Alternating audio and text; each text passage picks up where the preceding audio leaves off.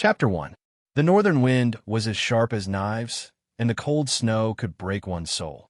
The bustling streets were quickly emptied by the first heavy snow of winter. Occasionally, there were still a few pedestrians hurriedly passing by. The small vendors on both sides of the street were listlessly shrinking their heads and putting their hands in their sleeves to keep warm. The business of the wineries and tea houses suddenly became better because of the sudden heavy snow. Endless cheers could be heard from afar. Clatter, clatter. A red horse carriage slowly drove over. Inside the carriage, a warm feeling was continuously emitted from a small stove, warming the entire carriage as warm as spring. Shun Lian yawned and saw that outside the shaking carriage, there were a few children needing snowballs and having a snowball fight. Their cheerful laughter came one after another, and he could not help but to grin. I can't go back. Shun Lian thought of something and sighed deeply. 7 days ago, he was a socialist successor who worked 7 to 9 in a private enterprise to buy a house and a car. After drinking a bottle of 52% white wine with his leader, he woke up in this world. This place was very similar to ancient times, but it was not any dynasty or region that he knew of. The climate and environment were also different. Winter and summer were especially long, while spring and autumn were abnormally short, not to mention the different customs and habits. The horse carriage slowly came to a stop. Shun Lian got off the horse carriage and looked up at the ancient temple in front of him. A rectangular plaque was placed above his head, and 3 large words were written in a flamboyant style. Hanua Temple. Young Master Shun, you're here. Please come in. Young Master Wang and the others have been waiting for you for a long time. A servant greeted him with a smile. Shun Lian nodded and shook his thick velvet coat inlaid with gold and jade. He had the air of a rich young master. He unfolded his paper fan, and the surface of the fan was painted with spring trees and autumn frost, continuous mountains and rivers. There was also an inscription that added the finishing touch, showing off his elegant demeanor. He followed the servant into the ancient temple with ease. This place had been abandoned for many years, but after Wang Fugue spent money to renovate it, it became a place of pleasure. Every 2 to 3 days, he would hold a poetry gathering to meet friends. In the main hall where incense wood was burning, the flames danced. It was warm and comfortable, making people forget that it was winter outside. A beautiful young woman in a green dress was playing the zither in the middle of the room. The sound of the zither was quiet and lofty. 8 tables were placed neatly on both sides of the room, and the people sitting there were all well-dressed young masters. They were quietly listening to the sound of the zither in the empty valley and looking at the woman playing the zither with different gazes. Most of them were admirers, and many of them were drooling. Shun Lian sauntered in. Looking at the woman playing the zither, he was stunned. Fatty Wang Fugue had a wretched smile on his face. When he suddenly saw Shun Lian, he hurriedly waved at him. Shun Lian walked to his side and sat down. He asked in a low voice, "Who is this beautiful lady?" Wang Fugue chuckled. "The new courtesan of the Drunken Flower House, Li Chengsheng. I spent 1,000 taels to invite her." Shun Lian smiled and said nothing, but his heart was filled with emotions. All the young masters present were born in the wealthiest families in Snow Ridge City. Shun Lian's Shun family and Wang Fugue's Wang family were among the wealthiest families in Snow Ridge City. Their wealth was an understatement. With such a rich family background, these young masters could spend a lot of money without a second of regret. Extravagant clothes and jade food, noble status, and the ability to invite courtesans to perform at any time. This kind of life is too decadent. Shun Lian drank a mouthful of wine as if he was dreaming. This kind of luxurious life was exactly what he had pursued in his previous life. When the song ended, Li Chengsheng immediately received a round of applause. Shun Lian also applauded. At this time, he suddenly noticed a person who was quietly drinking wine and looking straight ahead, as if everything around him had nothing to do with him. "Who is the person sitting next to Zhu Yu?" Shun Lian asked Wang Fugue. "This person is not simple. He is not the same kind of person as us," Wang Fugue replied mysteriously. "How is he not simple? Do you still remember the tragedy 2 months ago?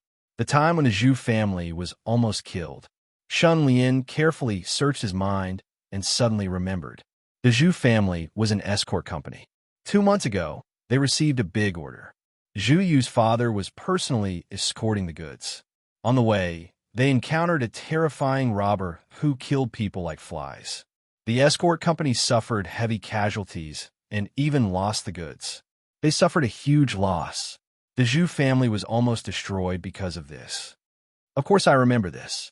What's wrong? Shun Lian looked at Wang Fugue suspiciously. You only know one thing and don't know the other. Wang Fugue suddenly became serious. Actually, that terrifying robber was not a human. He was a monster. Shun Lian's heart trembled, and his face changed. Ever since he came to this world, he often heard some strange things. He didn't know if it was true or not, but this time, he seemed to have encountered a real one. Are there really monsters in this world? Shun Lian still couldn't believe it. That monster was 3 meters tall. He had a green face and fangs. He tore a living person with his bare hands, ate raw meat, and drank human blood. It was a terrifying scene.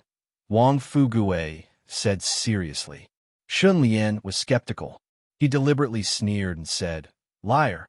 Keep making up stories. It would be strange if I believed you. F***. I'm a dog if I lied to you." Wang Fugue pointed at the stranger as if he had been wronged. After the Zhu family got into trouble, they invited him to kill the monster and retrieve the goods. Only then did they get through the crisis. Zhu Yu told me this personally. Shun Lian's eyes flashed. Who is this person? He can actually kill a monster? Zhu Yu refused to say. He doesn't seem to know. He only knows that this person is called Lin Xiaoping. Wang Fugue was also curious. At this time, someone suggested that everyone take turns to compose a poem. If they couldn't come up with a poem, they would have to drink as punishment. Wang Fugue was the first. He straightforwardly punished himself with 3 cups of wine. After a round of composing, many people came up with poems. Finally, it was Shun Lian's turn. He pondered for a moment and said loudly, "Green ant new fermented wine, red clay small stove. Late snow wishes, can I have a cup of wine?" This poem was very suitable for the occasion. Everyone fell silent. After carefully tasting it, they all praised it. So wet, so wet. Even Lin Xiaoping, who ignored everything, turned to look at Shun Lian and applauded. Next, it was time for the second round of composing poems. Everyone basically couldn't come up with anything. They mainly drank to liven things up. Eating, drinking, and playing, this was what they were doing. F***. Why are there mosquitoes in this cold weather? Shun Lian suddenly heard Wang Fugue complain. He turned to look and saw a bloody dot on his palm. It was a mosquito that had been slapped to death. Where did the mosquitoes come from in this cold and snowy winter? Shun Lian was also puzzled. All of a sudden, a mournful scream was heard. The manservant that welcomed him ran in from outside. Strangely, he was shrouded in a black cloud. Buzz, buzz, buzz. The black cloud emitted a strong buzzing sound like a mosquito flapping its wings. Chu Xiaofei looked over and couldn't help but narrow his eyes. That black cloud was full of mosquitoes. Countless mosquitoes had gathered into a cloud and were madly biting the manservant. The pitiful manservant fell to the ground and rolled nonstop, screaming in pain. In a flash, he stopped moving and the black cloud dispersed, revealing a skinny skeleton that had been sucked dry. Everyone's hair stood on end and they gasped. The top courtesan, Li Chengcheng, blacked out and fainted on the ground. Shun Lian's scalp was also numb. He had never seen a group of mosquitoes that could suck a person dry. It was too horrifying. Not good. Something happened to the Zhu family. Lin Xiaoping suddenly shouted and pulled Zhu Yu outside. Everyone didn't know if it would be dangerous to continue staying here, so they hurriedly followed Lin Xiaoping out. Lin Xiaoping ran to the entrance of the ancient temple and suddenly stopped. He raised his head and looked in a certain direction. Shun Lian focused his gaze and saw a huge black cloud hovering at a low altitude in the distant sky. Faint thunder-like buzzing noises could be heard faintly. Gulp! My goodness, that black cloud can't be full of mosquitoes, right? Wang Fugue was terrified. He swallowed his saliva and exclaimed, "It's too strange. There must be a demon behind it. Look, that direction seems to be the Zhu family. I heard that the Zhu family had provoked a demon. Something big is happening now. Where's Zhu Yu?" While everyone was stretching their necks to look at the black cloud, Lin Xiaoping and Zhu Yu had already run far away. They were heading in the direction of the Zhu family. "Let's go take a look," someone suggested. "Let's go and take a look." The more people there were, the less scared they were when they were together. They chased after Lin Xiaoping and Zhu Yu in the snow. However, when Shun Lian and the others arrived at the entrance of the Zhu family's mansion, they found that the government troops had already arrived. Moreover, even the county magistrate and the family heads of the 4 major families were here. They looked at the black cloud hovering above their heads with a solemn expression. Shun Lian saw his father, Shun Wanquan, at a glance. The next thing he saw was a hellish scene. The government troops carried out one corpse after another from the Zhu family's mansion and placed them in the open space in front of the door. They were covered with white cloth. Shun Lian clearly saw that the corpses were all skin and bones that had been sucked dry. They died in the same way as the manservants. In the Zhu family's mansion, there were usually many guards, servants, and odd job workers. There were more than 100 people, men, women, old, and young. None of them were spared. They were all wiped out. In the huge Zhu family, only Zhu Yu was still alive. The world was dead silent. Indescribable fear lingered in everyone's heart.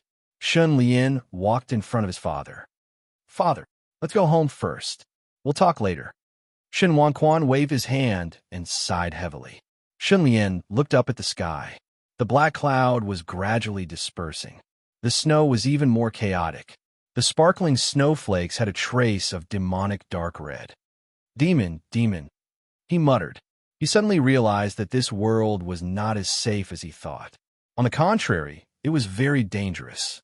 Even the dangers were unpredictable. His good days could be gone just like that. Even a powerful clan like the Zhu clan, with many outstanding martial arts escorts guarding them, could be wiped out just like that. Shun Lian took a deep breath and returned home. Shun Wanquan only came back when the sky was dark. He looked exhausted. When he saw Shun Lian waiting for him, Shun Wanquan hesitated for a moment and said in a deep voice, "There was a malignant plague in the Zhu family. The entire family died. This matter will be handled by the county magistrate. Don't meddle in other people's business. Do you understand?" Shun Lian was speechless. Malignant plague? "Father." He was interrupted by Shun Wanquan. Chapter 2. Shun Lian's uncle's house was a few hundred miles away in Black Rock City. Shun Wanquan wanted to send Shun Lian away so that he could avoid trouble. There was a moment of silence. "Father, what will you do if I leave? What about the dozens of people in the family?" Shun Lian's eyes were burning. He felt inexplicably irritated. The Zhu family, which had a strong foundation like the Shun family, was destroyed in half a day. Who would dare to say that they were safe? "You don't have to worry about that. Just take care of yourself." Shun Wanquan waved his hand and forced a smile. His eyes were full of fatigue and worry. "Stay at home and don't go out." Shun Lian nodded and went back to his room to wash up. He lay on a bed and could not fall asleep for a long time. If there are demons in this world, there must be something to fight against them. "Maybe there are immortals," Shun Lian said, "I hope," in his heart. He had great expectations. He just wanted to find a way to protect himself as soon as possible. He slept until the next morning when the sky was just turning bright. Knock, knock, knock, knock, knock, knock. There was a rush of knocking on the door. Shun Lian opened his eyes and sat up from the bed. He looked out the door. "Who is it?" "Master Lian. Master Wang Fugue is looking for you. He said it's urgent." It was the voice of the maid, Sulan. "Did this damn fatty take the wrong medicine? He actually woke up earlier than me." Shun Lian mumbled and got out of bed quickly. He went to the living room and saw the pot-bellied Wang Fugue. "It's so early in the morning. Are you in a hurry to reincarnate?" Shun Lian yawned. He did not sleep well last night. "Brother Lian, it's an emergency. Lend me 10,000 taels." Wang Fugue stretched out his hand as if he was in a hurry. "You woke me up just to borrow money?" Shun Lian raised his eyebrows. "Since when did you lack money?" Wang Fugue sighed. "I want to buy a treasure. I need 50,000 taels. I still need 10,000 taels. Can you help me? Treasure. Do you remember Lin Xiaoping? He said he has a treasure that can subdue demons. I want to buy it. Shun Lian's heart skipped a beat. Wait for me. I want to go and take a look too. Shun Lian quickly turned around and withdrew 30,000 taels from the account room. Hee. This was the good thing about being born into a rich family. There was no need to worry about money. After that, Wang Fugue brought Shun Lian to the Hanyu temple. After waiting for a while, Lin Xiaoping arrived. Have you prepared the money? Lin Xiaoping looked at the two of them and went straight to the point. Wang Fugue nodded excitedly.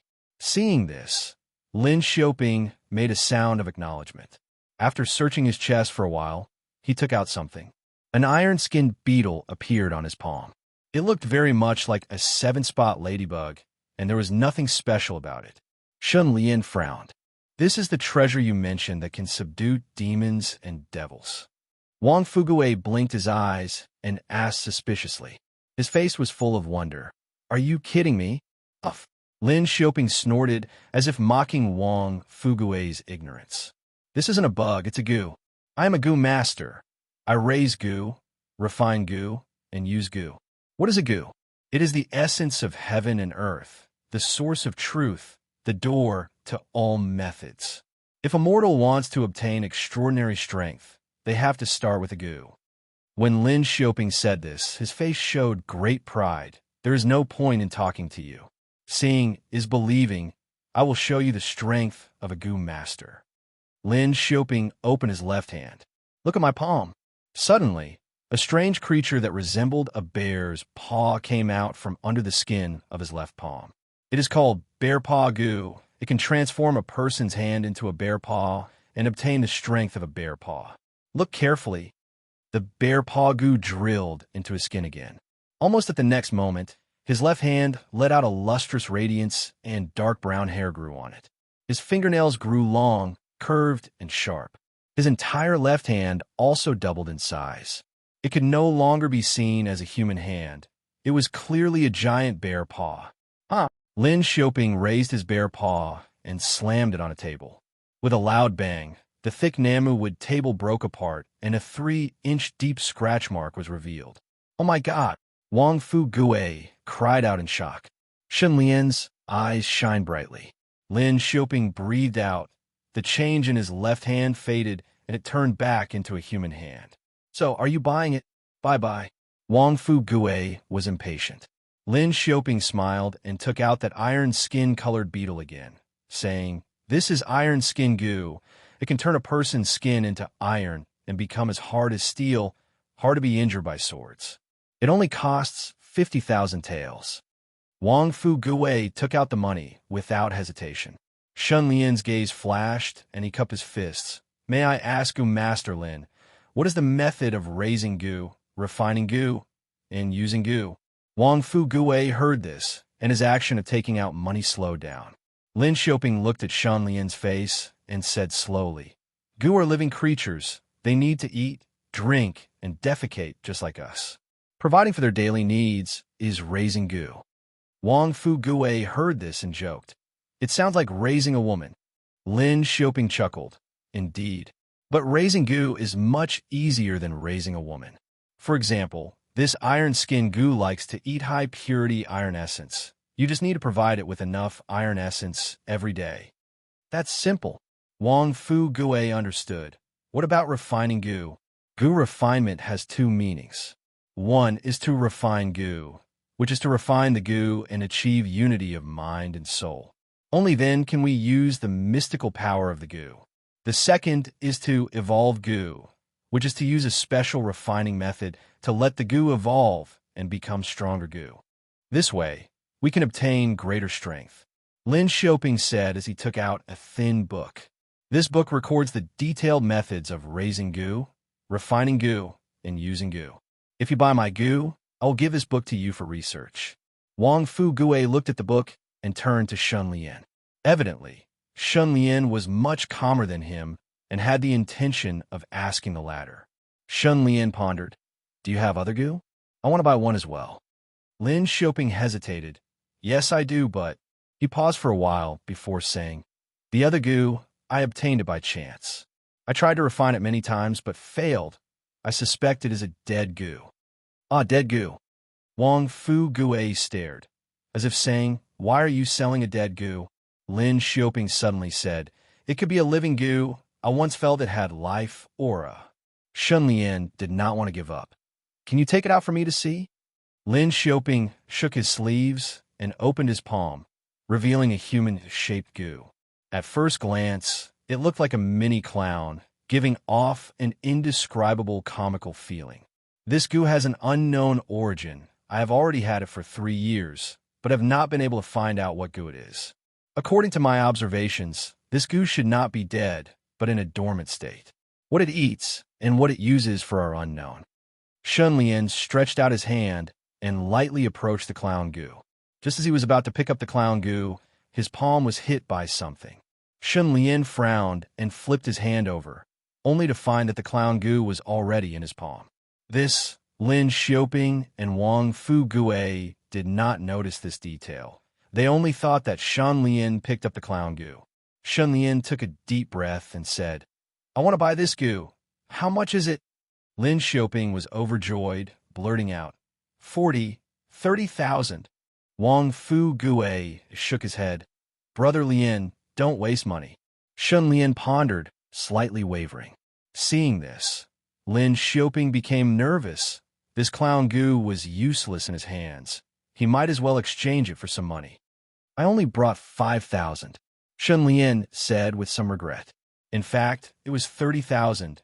If he gave Wang Fu Gui 10,000, he would still have 20,000. Lin Xioping gritted his teeth. "Forget it. 5,000 it is, deal." One hand for the money, the other hand for the goo and the book. Lin Xioping took the money and left. "Brother Lian, quickly take a look at what the book says." Wang Fu Gui passed the book over. He was dizzy when he saw the words. Shun Lian caressed the clown goo, flipped open the book, and read seriously. After a while, he raised his head and said, "According to the book, goo cultivation and goo refinement are carried out at the same time. When feeding the goo, other than providing the corresponding ingredients, we also need to drip blood to feed it. The purpose of this is to nurture a close relationship between us and the goo. After a long time, when our thoughts are as one, the refinement will be a success. We still need to drip blood." Wang Fu Gui's expression twitched. He was afraid of pain. "Let me try first." Shun Lian picked up the fruit knife on the table and used the tip of the knife to pierce his index finger. Fresh blood oozed out.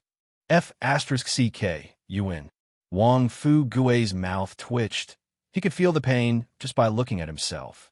Shun Lian's expression was focused. His index finger moved above the clown goo, and drops of blood fell down like pearls. The blood quickly increased in his palm, almost drowning the clown goo. After a while, the clown goo suddenly moved, rolling around in the blood, looking very comfortable. "It moved! It moved!" Wang Fu Gui exclaimed. Shun Lian was also excited. Suddenly, his thoughts seemed to be connected with the clown goo. A wonderful feeling emerged in his heart. At the same time, a translucent interface appeared in front of him. Shun Lian's eyes were dazed. The interface was very simple. The words written on it were, "Shun Lian, White Rank Goo Master Life Twisting Goo, also known as Bewitching Goo, Bewilderment Value 0." Shun Lian blinked and confirmed again. The interface did not disappear, but became clearer. At this time, the clown goo, which should be life-twisting goo, drank all the blood, stretched lazily, and drilled into the skin of his palm, disappearing. This scene was exactly the same as when Lin Xioping manipulated his bear paw goo. Damn, it succeeded just like that. Wang Fu Gui was stunned, staring at Shun Lian, his jaw dropping. Shun Lian pointed at the interface in front of him, asking, "Did you see anything?" Wang Fu Gui was confused. What? Sure enough, Wang Fu Gui could not see anything. Shun Lian was secretly happy, shaking his head. "Nothing, that I seem to have become a goo master." Wang Fu Gui was excited.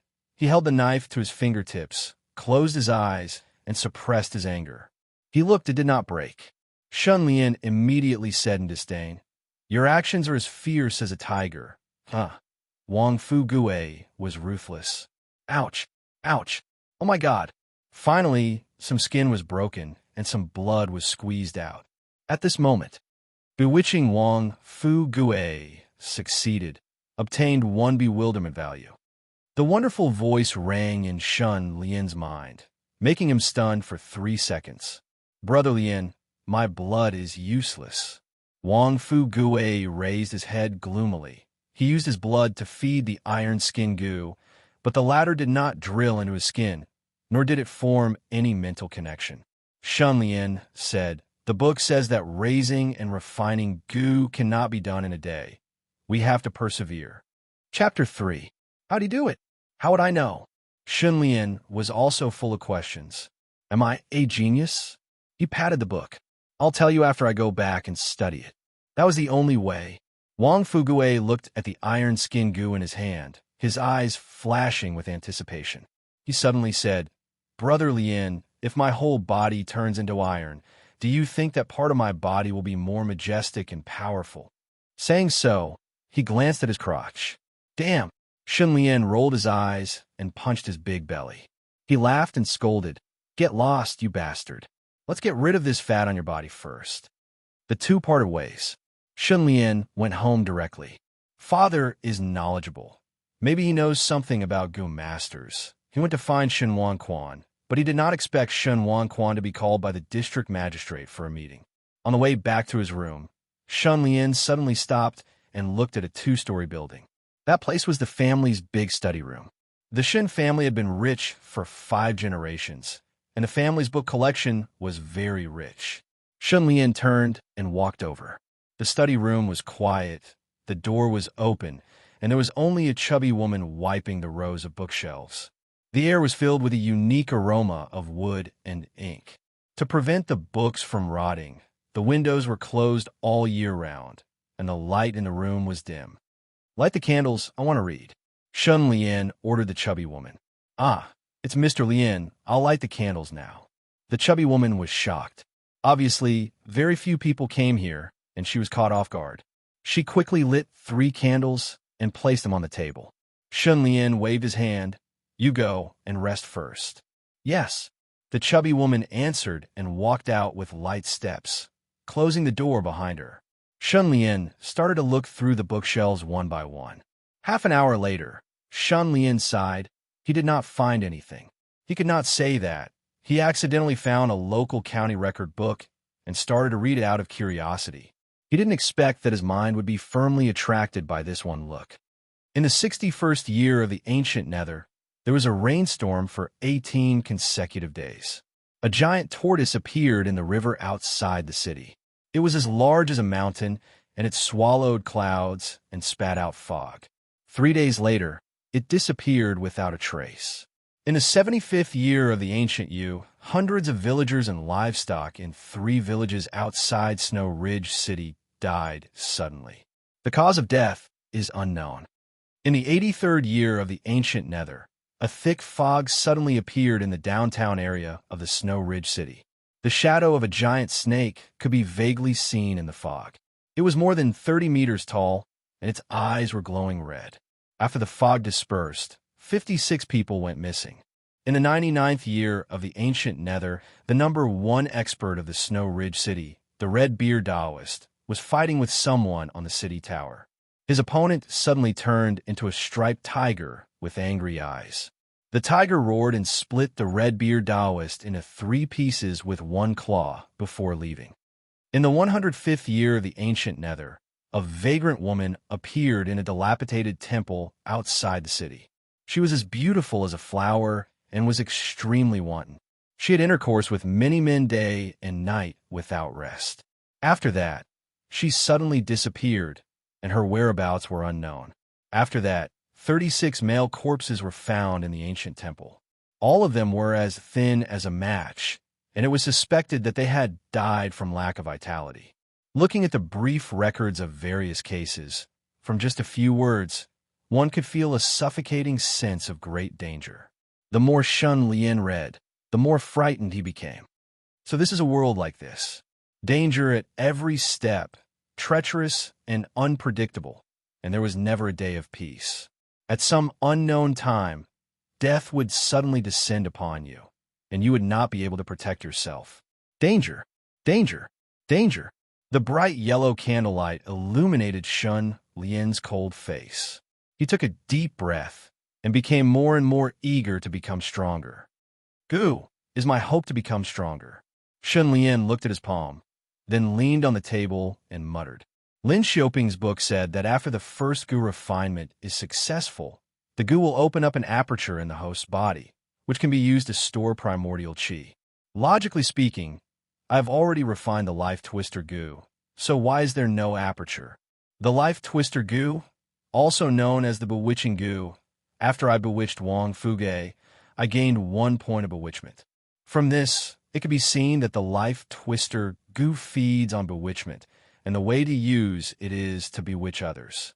Once the bewitchment is successful, I can gain a certain amount of bewitchment points. But what is the use of bewitchment points?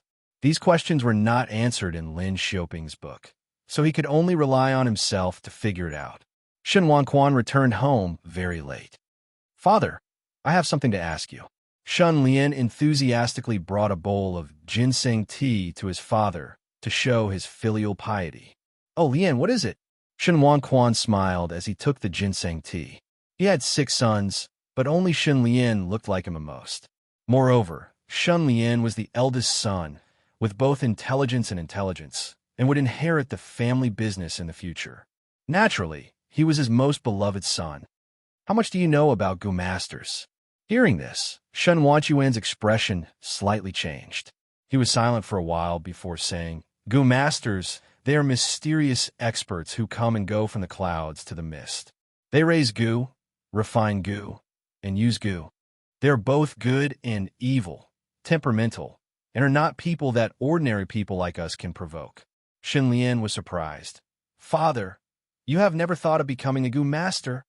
Shen Wanquan sighed, his face filled with reminiscence. When I was young, I did come into contact with Gu Masters and envied their tyrannical and mystical strength. I bought Gu Masters with some of my friends and raised them for fun, but none of them succeeded in refining them. Later, I met a Gu Master who had a fortune-telling Gu, and his ability to read people's fortune was top-notch. He said, if I were to inherit the family business, I would have a life of great wealth. But if I were to become a Gu Master, I would definitely die a miserable death and even implicate the entire Shen family. I listened to his words and gave up on the idea of becoming a Gu Master and obediently inherited the family business. Just like his prophecy, I would be rich and have many wives and many children. Shun Lian was speechless, but after thinking about it, if the fortune-telling Gu really existed in this world, that Gu Master might not have fooled his father, but instead showed him the right path. Lian, why are you suddenly asking about this? Oh, I heard from Wang Fugue that the expert Zhu family invited, Lin Xiaoping, was a Gu Master, so I was curious. Shun Lian hesitated for a while, but in the end, he did not tell his father the truth.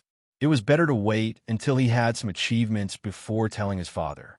Shun Wanquan's expression changed, and he shouted, Lian, you must not get involved with that Lin Xiaoping. The Zhu family was exterminated because of him. Because of him. That's right, 2 months ago, the Zhu family's escort agency took on a big business, and in the process, they encountered a mysterious criminal robbing them. Later, the Zhu family invited Lin Xiaoping to deal with the criminal, but Lin Xiaoping killed the criminal, thus provoking an even more powerful criminal to seek revenge and kill the entire Zhu family. Shen Wanquan seemed to be very wary of the word demon, unwilling to mention it. So that's the case. Shen Lian was stunned. He suddenly thought of why Lin Xiaoping wanted to sell the Gu. It was most likely because he wanted to escape and needed money urgently. Don't be anxious. Shen Lian breathed roughly, forcing himself to calm down. In the end, the demons came for revenge, and their target is the Zhu family and Lin Xiaoping. If Lin Xiaoping escapes and leads the demons away, Snow Ridge City might be safe. Thinking about it again, Shun Lian wanted Lin Xiaoping to get out of Snow Ridge City as soon as possible. This guy's ability was too weak, and he was too much of a scammer. Sure enough, a few days passed in the blink of an eye, and the storm of the Zhu family's tragedy gradually died down, and there were no more tragedies. Snow Ridge City gradually recovered from the panic and uneasiness of the past. Shun Lian was still trying to figure out how to use the life twister goo when one day, Wang Fuguei ran to him. "Brother Lian, help me."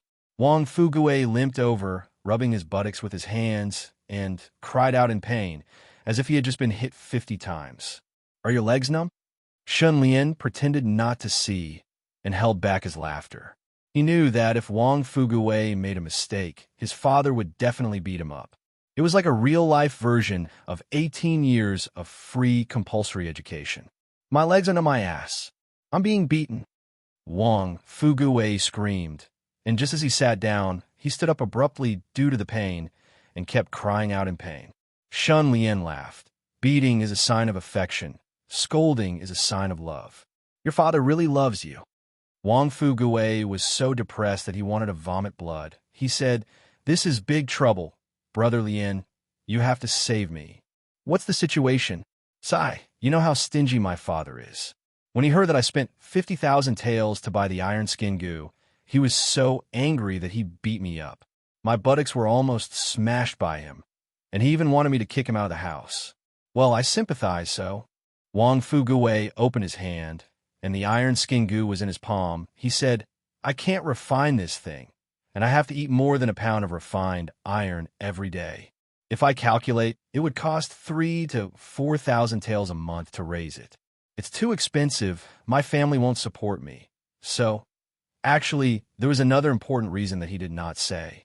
In order to refine the iron skin goo, he had to cut his finger and feed it with his blood every day. The pain was too much, and he gave up after 3 days. Shun Lian understood. This guy wanted to sell the iron skin goo to him. "I see." Shun Lian looked like he was in a difficult position. "You know, I'm in the same situation as you. If I spend too much money, I'll be beaten and scolded. You can't harm me. How about 40,000 taels? I still owe you 10,000 taels. You can just give me 30,000 taels." Wang Fuguei went all out. He sold it cheaply and did not expect to get his money back. Wang Fuguei knew that Shun Lian could take 30,000 taels from the house at will. Before he came, he had already calculated it in his heart. "I'm sorry." Shun Lian's heart was clear, but he pretended to be hesitant and reluctantly agreed. Wang Fuguei was overjoyed and immediately passed the iron skin goo to Shun Lian. As if he was afraid that Shun Lian would go back on his words, he added, "I still have about 10 pounds of refined iron left. I'll ask someone to send it to you when I go back." "Oh, thank you." Shun Lian accepted the iron skin goo and then went to the accounting room to ask for 15,000 taels. Together with the 15,000 from last time, he gave Wang Fuguei a total of 30,000 taels. "Ha! Brother Lian, you're so loyal and righteous." Wang Fuguei took the money and limped away. He walked quite fast. At this time, bewitching Wang Fuguei succeeded. You gained 1 point of bewitchment. A strange voice suddenly sounded, and Shun Lian was stunned. "Previously, I bewitched Wang Fuguei to cut his hand. This time, I bewitched him to sell the iron skin goo cheaply." Shun Lian quickly understood the cause and effect. It seemed that the life twister goo existed to bewitch people. As long as it bewitched people, it would continuously gain bewitchment points. "Iron skin goo, let me try to refine it." After returning to his room, Shun Lian closed the door and told Cui Lan not to let anyone disturb him. Then he used a silver needle to pierce his finger and dripped his blood to feed the iron skin goo. The iron skin goo was very sensitive to blood. It quickly sucked the blood clean, and then there was no more. There was no response at all. It was exactly the same as Wang Fuguei's situation. Refining goo is really not that easy. Shun Lian sighed. At this time, the life twister goo suddenly came out of his palm, and like a ghost, it came to the iron skin goo. The latter was obviously frightened and ran away. But something interesting happened. The life twister goo waved its hand, and the iron skin goo that was running suddenly stopped and slowly walked back. The life twister goo patted the iron skin goo as if communicating with it. After a while, the iron skin goo gently rubbed against the life twister goo, looking very happy, like a cute and intimate little puppy. Then, Chapter 4. This is Shunlian was shocked. At this moment, he and the iron skin goo formed a mental connection. He had actually succeeded in refining it, just like that. The next moment, the iron skin goo drilled into his skin, turning into a cold air current that flowed through his body, all the way to his elbow. The amazing thing was, Shunlian could see what the iron skin goo was doing. He saw the iron skin goo arrive at a sealed aperture, pushing forward and breaking through a layer of membrane, opening the aperture. The iron skin goo entered the aperture and started to shake its body nonstop, secreting a sticky liquid. Then, the liquid swelled up like a balloon, turning into a perfect hollow sphere. The liquid solidified and turned into a transparent film of light. The whole process was like building a nest. The iron skin goo was inside the hollow sphere. Isn't this the awakening of the aperture? Shunlian quickly took out a book and flipped to a page, his eyes shining brighter and brighter. After the first goo refinement is successful, the goo will enter the host's aperture and open the aperture to build a nest. The hollow sphere it forms is called the aperture. It is a different space opened by the goo to store primeval energy. Yes, this is the awakening of the aperture. Awakening the aperture gives birth to the aperture. Haha, I have an aperture. Actually, with the awakening of the aperture, there's a true difference from mortals. Only then can one be considered a true goo master. Shunlian felt that as the iron skin goo breathed in and out in the aperture, some things in the body were being refined, extracted, and attracted over. With the aperture as the center, they formed a whirlpool that resembled a black hole, entering the aperture bit by bit. After these things entered the aperture, they floated around like a thin mist, lingering around the iron skin goo. Primeval energy. This is primeval energy. Shunlian's spirit was lifted, feeling that he was finally on the right path. At the same time, he was also curious why the life twister goo did not open the aperture and build a nest, but also made an aperture for himself. While he was puzzled, the life twister goo suddenly entered the iron skin goo's aperture. This person looked around like a master, as if he was the one who built this aperture. He then lazily laid down on the ground. The iron skin goo had no objection to this. Instead, it welcomed it. The two goo happily cohabited like this. Shunlian was extremely speechless. He realized that the life-twisting goo was not just a scoundrel. It had a domineering aura that was beyond the 3 realms and beyond the 5 elements. Also, the book said that the goo's personality was like that of a wolf. It was very stubborn and difficult to tame. The refining process was very difficult and could not be completed in a day. Some goo with strong willpower could take years to refine. For example, this iron skin goo took an average of 3 months to refine and required 100 days of blood dripping to succeed. Life-twisting goo quickly tamed the iron skin goo and helped Shunlian to refine it instantly. This ability was truly heaven-defying. It was good to be rebellious. Shunlian was sure that he had found a treasure. Life-twisting goo, it was definitely an amazing goo. At this moment, he noticed that the interface had changed. There was more information. It read, Iron Skin Goo, White Rank, Special Effect, Iron Skin. Consume 2 confusion points to evolve the Iron Skin Goo by 1 level. Do you wish to evolve? Shunlian stared blankly for a moment before reading it again. He then flipped through the book, and his face gradually showed ecstasy. Goo. It was a strange existence that could evolve infinitely. Of course, the path of evolution was very rugged. Even under the most optimal conditions, in the hands of the most skilled goo master, the failure rate was still very high, shockingly high. Shunlian had learned some biological knowledge in his previous life, so he naturally knew the difficulty of biological evolution. A biological creature could take millions of years to evolve to its current height. With the development of biology, humans grasped some techniques that could speed up biological mutation. For example, ultraviolet radiation, chemical mutagenesis, and even genetic manipulation. For example, making rabbits' hair fluoresce at night, genetically modified food, and so on. But these mutations and modifications were the result of accumulating large amounts of experiments. The appearance of a mutated microorganism could stand out from millions of its compatriots. Its appearance meant the failure or even death of millions of compatriots. Evolution goo was different. There was not an infinite amount of goo, and the goo master only had one or a few goo. Failure to evolve meant a huge loss. So this was a battle to finish it in one fell swoop. For example, this iron skin goo, in order to evolve, it needed to mix a small amount of mercury and red-crowned crane in its food, which was refined iron. Using a method similar to chemical mutagenesis and continuously feeding it for 3 years, then it would have a 1 in 3 chance of evolving successfully. But if it did not evolve after 5 years, the side effects of long-term consumption of mercury and red-crowned crane would erupt, and the iron skin goo would die without a doubt.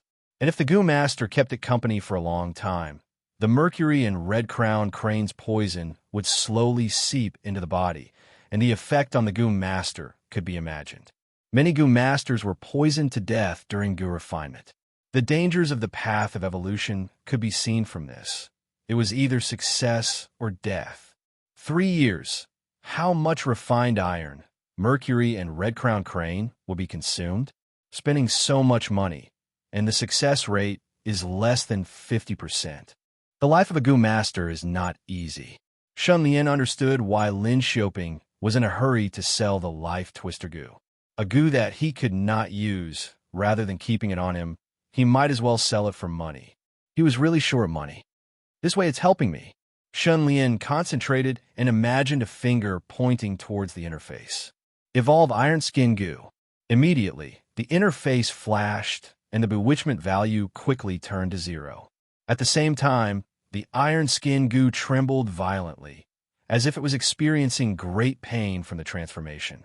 This continued for about 2 hours. The iron skin goo finally stopped trembling. At first glance, there seemed to be no change. Only a bronze pattern appeared on its back. Chu Xiaofei quickly flipped through the book, and upon seeing it, he could not help but be overjoyed. After white rank goo evolves, there will be more bronze stripes on its body. Chu Xiaofei looked at the interface again. On it was written, Iron Skin Goo, Bronze Rank 1, Special Effect, Iron Skin, Strengthening Physical Strength. Sure enough, it evolved, and there is a new special effect. Shun Lian felt it for a while. The Iron Skin Goo's primeval energy extraction speed had obviously increased by a lot. Previously, it was extraction by a thread, but now it was pouring in strands, completely different from before. The bronze rank was much stronger than the white rank. He continued to flip through the book. The book says that a Goo Master's rank is determined by the highest rank Goo the Goo Master possesses. I am now a white rank Goo Master, but the Iron Skin Goo has already evolved to Bronze Rank 1. Then, my promotion to a Bronze Rank Goo Master is just around the corner. Shun Lian excitedly clenched his fists. He continued to immerse himself in his research, but after less than half an hour, a strong sense of hunger attacked him. Primeval energy should be extracted from food. Chu Xiaofei rubbed his stomach and called out towards the door. Cui Lan, young Master Lian, I am here. I am hungry. Prepare some food for me. A moment later, Cui Lan brought a whole roast chicken and a big bowl of beef soup. Shun Lian ate heartily and actually finished the roast chicken and beef soup. Only then did he feel slightly full. Damn, my appetite has increased by so much. Shun Lian immediately adjusted his diet according to his own condition, eating 4 meals a day with meat for each meal to satisfy the Iron Skin Goo's primeval energy extraction speed. Chapter 5. At this time, Cui Lan came to report that Wang Fu Gui had sent someone to deliver the refined iron. Send it directly to my room. Shun Lian instructed. Soon, 10 kilograms of refined iron was piled up in the corner. Iron Skin Goo, come out and eat. Shun Lian called out, and the Iron Skin Goo immediately flew out of the aperture and came out of the body, excitedly lying on the pile of refined iron and eating heartily. Shun Lian squatted at the side and observed carefully, finding that the iron-skinned goo had a sharp tongue and was really eating iron. In the blink of an eye, more than 1 kilogram of refined iron was eaten. The iron-skinned goo gave a satisfied burp and went back into Shun Lian's body, returning to its aperture. Then it shook its body and secreted some black liquid. The liquid instantly evaporated and spread into the misty primeval qi, dyeing the primeval qi with a trace of iron color. Seeing this scene, Shun Lian pondered, the liquid that the iron-skinned goo secreted could be a strange substance that could turn one's skin into iron. Could it be the iron element? Let me test the effect. Shun Lian followed the method recorded in the book and communicated with the iron-skinned goo in his mind. He conveyed his thoughts to the iron-skinned goo. Sure enough, in the next moment, the iron-skinned goo understood and started to shake its body. Immediately, the primeval qi in the aperture started to churn violently, explosively spreading out and flowing to the surface of the body. Shun Lian stared with his eyes wide open, only to see that his skin was covered with a layer of dark light film, reflecting the cold metallic light unique to iron under the sunlight. Shun Lian stood in front of the mirror. Oh, he had turned into an iron skin man. Iron skin covered his whole body. Shun Lian used a silver needle to pierce the skin on the back of his hand and continued to apply force. Finally, the silver needle bent and did not pierce him at all. Pain or whatever, it was completely non-existent. He had truly turned into iron. Goo Masters are truly extraordinary existences. I'm only a white-level Goo Master who just started out, but I have already obtained such a defense. This is too awesome. Shun Lian was deeply moved and could not help but feel proud. Actually, the goo used by white-level Goo Masters were not that strong, but Shun Lian's iron skin goo had already evolved to bronze level, and the refined iron primeval qi concentration was high. Thus it had such a miraculous effect. If I still had bewilderment points, I could continue to evolve the iron skin goo and reach the legendary indestructible body. Would I still need to be afraid of demons? After understanding the use of bewilderment points, Shun was completely excited. The more bewilderment, the more. Just imagine, if he had unlimited bewitchment points, what heights could he evolve any goo to? Fortunately, he had almost figured out the usage of the life twister goo. Wasn't it just to bewitch others? Then he would bewitch them to the end. Thus, his path is a goo's path Goo Master. The direction was clear. That was, obtain bewilderment points to evolve goo, and also accumulate more primeval qi. Shun Lian's eyes were clear, and he was no longer confused. His face was filled with determination. Dong dong. Outside the door, Suilon gently knocked on the door. Mr. Lian, Master is calling for you. Got it. Shun Lian pushed open the door and saw Cui Lan standing at the door with her head lowered. She wore a low-key gray hemp skirt that wrapped around her 2 exquisite and well-proportioned long legs. Her waist was thin, her hips were round, her shoulders were thin, and her chest was slightly heavy. She was quite beautiful. Shun Lian's gaze swept past that simple gray hemp skirt. He had never paid special attention to other people's clothing before, but now that he looked carefully, this gray hemp skirt did not match Cui Lan's temperament at all. A beautiful woman had instantly turned into a village girl. This dress sense. As he thought about this, Shun Lian suddenly noticed that there were a few scars on Suilan's wrist. Then, he suddenly recalled something. Half a year ago, Cui Lan had bought herself a set of aqua blue moonlight skirt for her birthday. It was very beautiful and looked fresh and refined, receiving many praises. Who would have thought that Sanyang also bought the same skirt and wore the same outfit? It was not a big deal, but Sanyang sneered when she heard about it, saying that Sanyang's taste was no different from a lowly servant. As one could imagine, she had angered Sanyang. Cui Lan's skirt was torn by Sanyang on the spot, and she was whipped quite a bit. The scars on her wrist were left behind at that time. Shun Lian's heart skipped a beat, and he began to bewitch her. Cui Lan, you're my personal servant. Why are you dressed so low-key? Cui Lan suddenly became nervous. Master Lian, She stuttered, scared and flustered. Shun Lian's mouth twitched, and he waved his hand. I don't mean anything else. I just want to tell you that you are my person, and you represent my face. If you dress so low-key, people will misunderstand that I am mean and stingy. Do you understand? Yes, yes. Chui Lan pecked at the rice. Shun Lian took out 10 taels of silver and handed it to her. Go buy a new set of clothes and buy that aqua blue moonlight skirt. It looks good on you. Yes, Chui Lan suddenly remembered something and hurriedly waved her hand. I don't dare, I don't dare. Shun Lian said loudly. This is my order. If anyone dares to make things difficult for you, tell them to come to me directly. Chui Lan stared at Shun Lian in a daze. Take the money, go buy it now. Shun Lian said without hesitation. Chui Lan took the money timidly and walked away with her heart in a mess. You have successfully bewitched Chui Lan. You have gained 1 point of bewitchment. A strange sound appeared, and Shun Lian smiled from the bottom of his heart. He turned around and went to his father's study room. Shin Wanquan was practicing calligraphy. His brush was splashing ink, and his strokes were like dragons and snakes.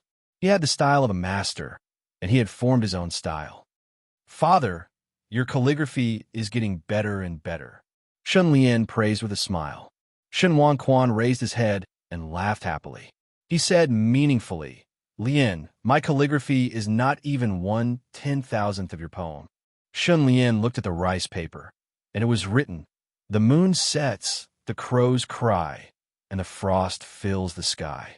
Fishing and fire in the river sleep. At the cold mountain temple outside Gusu City, the bell rings in the middle of the night. This is the result of a stroke of luck. Shun Lian chuckled and touched his nose.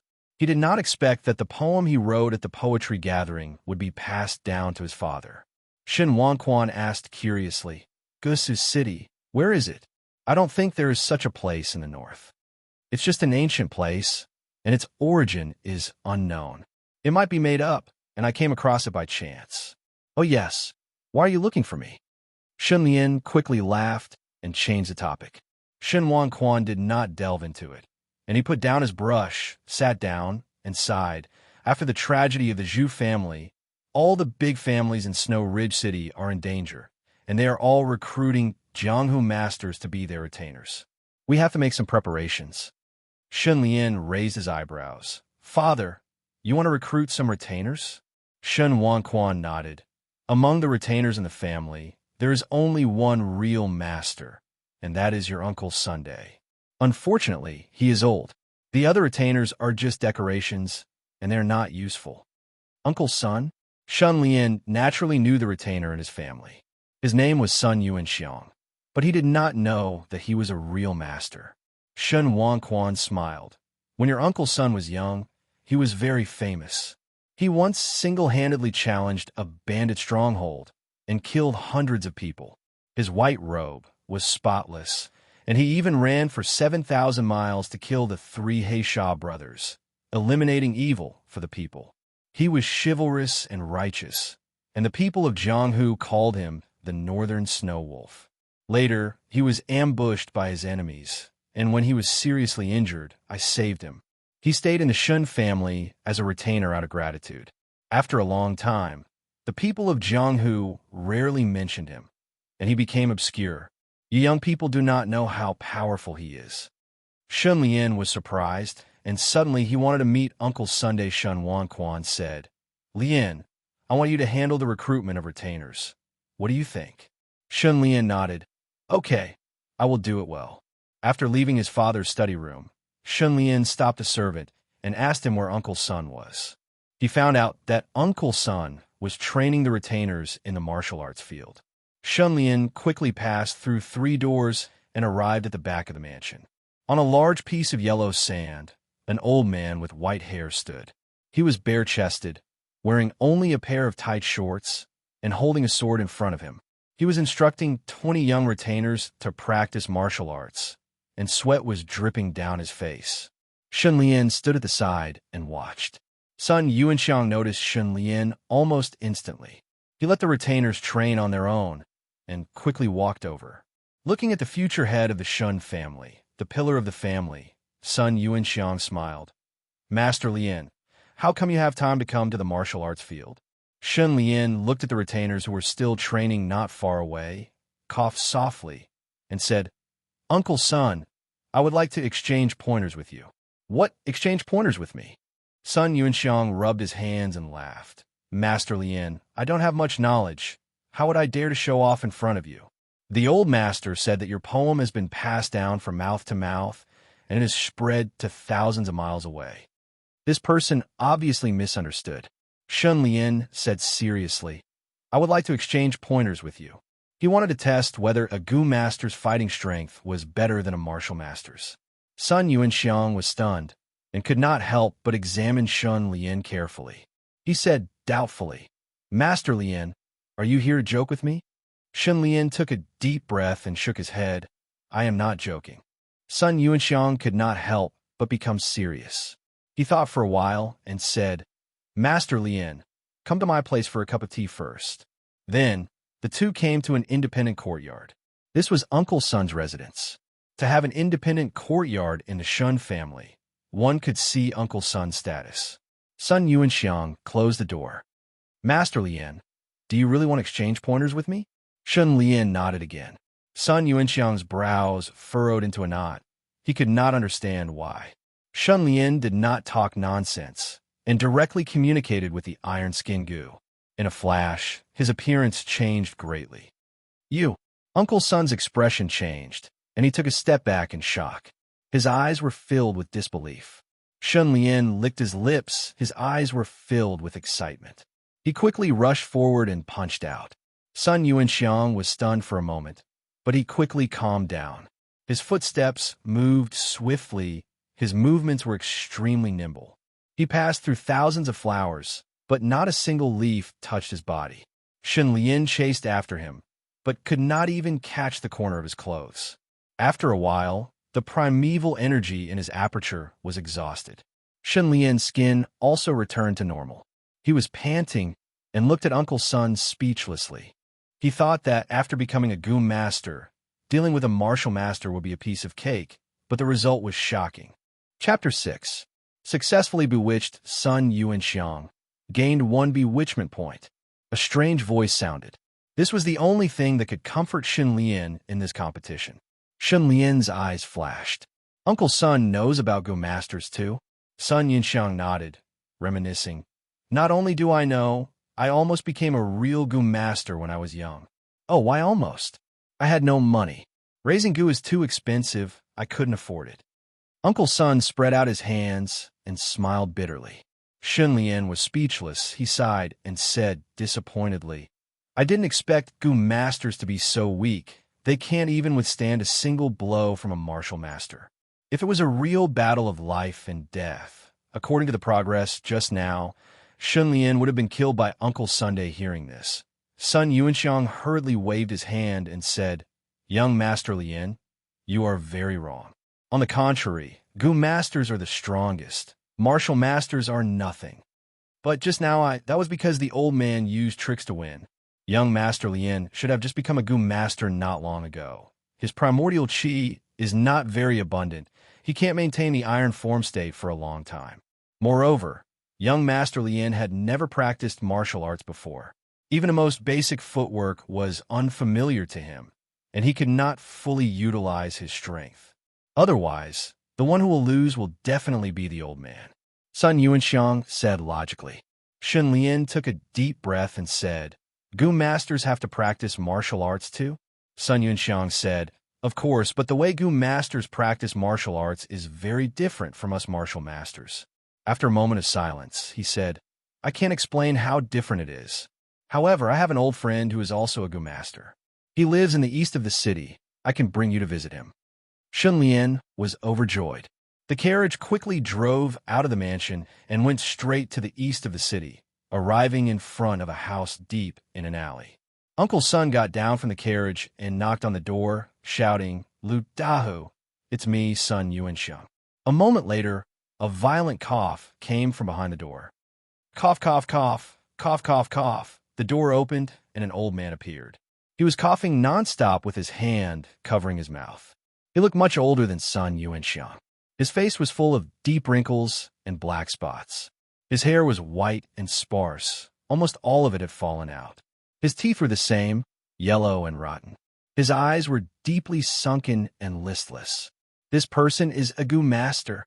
In Shun Lian's opinion, Gu masters were all high and mighty, like the legendary immortal cultivators. They were elegant and otherworldly. Even if they were old, they should be thin and healthy. They should have the aura of an immortal, far surpassing ordinary people. How could they be in such a miserable state? Sun Yuanxiang, it's you. Lu Dahu first spat out a mouthful of phlegm and then gulped down a mouthful of strong liquor. Only then did he open the door and let the two in. Sun Yuanxiang sighed and walked in. The Shun Lian also entered and looked around. The courtyard was very dilapidated, and there was not even a decent piece of furniture in the house. Too poor. Sun Yuanxiang introduced. Dahu, this is Shun Lian, the eldest young master of Shen clan. He has something to ask you. Lu Dahu glanced at Shun Lian. What is it? Sun Yuanxiang, Gu Master matters. Our young master Lian has great luck and has just become a Gu master. He urgently needs an experienced person to give him pointers. Lu Dahu stared blankly for a while before staring at Shun Lian. Suddenly, he laughed bitterly and said sorrowfully, "Look at me. This is the fate of a Gu master. Young man, let me give you a word of advice. Turn back as soon as possible. Otherwise, it will be too late for regrets." Shun Lian squinted his eyes and said in a deep voice, "Senior, what do you mean?" Lu Dahu was like a madman. Gu master is a profession that risks one's life. Raising Gu costs money. Refining Gu not only costs money, it also costs one's life. I was once a bronze rank Gu master and had a bronze rank 3 Gu. In order to let the Gu evolve, I went bankrupt. In the end, the Gu failed and the Gu died. My body was also damaged. In the end, I was sick all over and was struggling at death's door, living a life worse than death. Don't look at me like this. I'm actually 5 years younger than Sun Yuanxiang. When I was young, I was many times more handsome than him. Shun Lian was stunned. Lin Xiaoping's book did mention that the consequences of a failed Gu refinement were very severe, but he had never expected it to be so severe.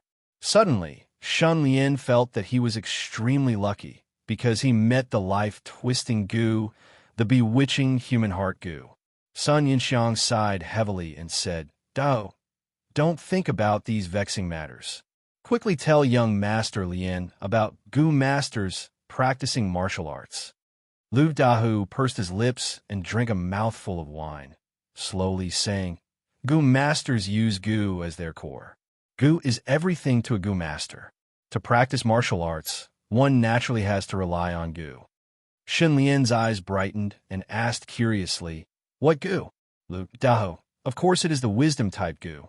For example, Grandmaster Gu, Chivalrous Bone Gu, Laughing Proudly in the Pugilistic World Gu, and so on. These Gu feed on knowledge and comprehension. It can help the Gu master comprehend profound martial arts. They can also continuously deduce and strengthen the Gu master, allowing the Gu master's battle strength to become stronger.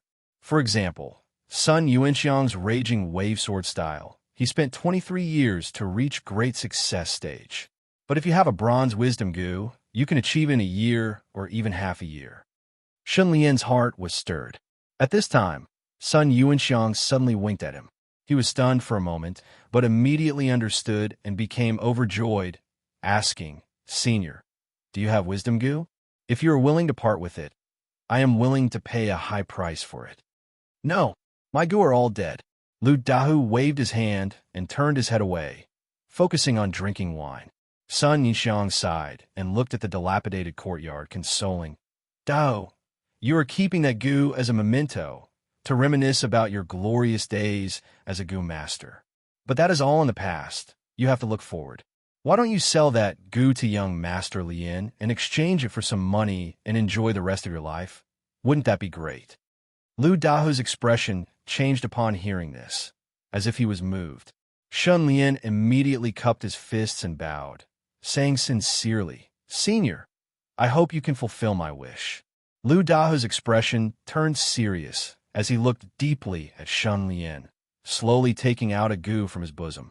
This Gu was like a mini snake in the shape of a fish hook with a flat body, and the color was like the leaves of a mimosa plant. This goo of mine is a Grandmaster goo. It is the wisdom goo that battle-type goo masters dream of. Lu Dahu lightly caressed the Grandmaster goo, as if he cherished it very much. Chivalrous bone goo. It can only be refined by a goo master with a chivalrous heart. Smiling, proud, pugilistic world goo.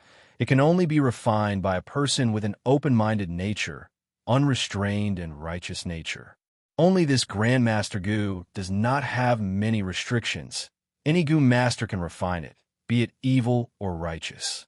Moreover, Grandmaster goo is the wisdom goo with the highest attainment in martial arts. It can greatly increase a goo master's battle strength. The more Lu Dahu spoke, the more reluctant he became, gradually showing signs of regret. Seeing this, Shun Lian did not hesitate, saying earnestly and sincerely, "Senior, I will definitely treat Grandmaster goo well." Lu Dahu heaved a long sigh. Goo are like wolves, proud and aloof. They have their own will and will choose the most suitable host. If my body had not collapsed, I would still have a chance to refine Grandmaster goo and start all over again. What a pity, what a pity. Sun Yuanxiang also sighed, patting Lu Dahu's shoulder, saying, "How much do you want to sell it for?" "Let me say this first. Young Master Lien was introduced by me. You cannot ask for too much." Lu Dahu rolled his eyes, saying, 100,000, give me 100,000 and Grandmaster goo is yours." Gasp! Sun Yuanxiang stared with wide eyes, wanting to say something. Lu Dahu stared at him, saying, 100,000 is already a friendly price. I am giving you face. If it is auctioned publicly, Grandmaster goo can definitely be sold for a much higher price. Sun Yuanxiang looked over. Shun Lian had to make the decision himself. Shun Lian smiled comfortably, saying decisively, "Deal."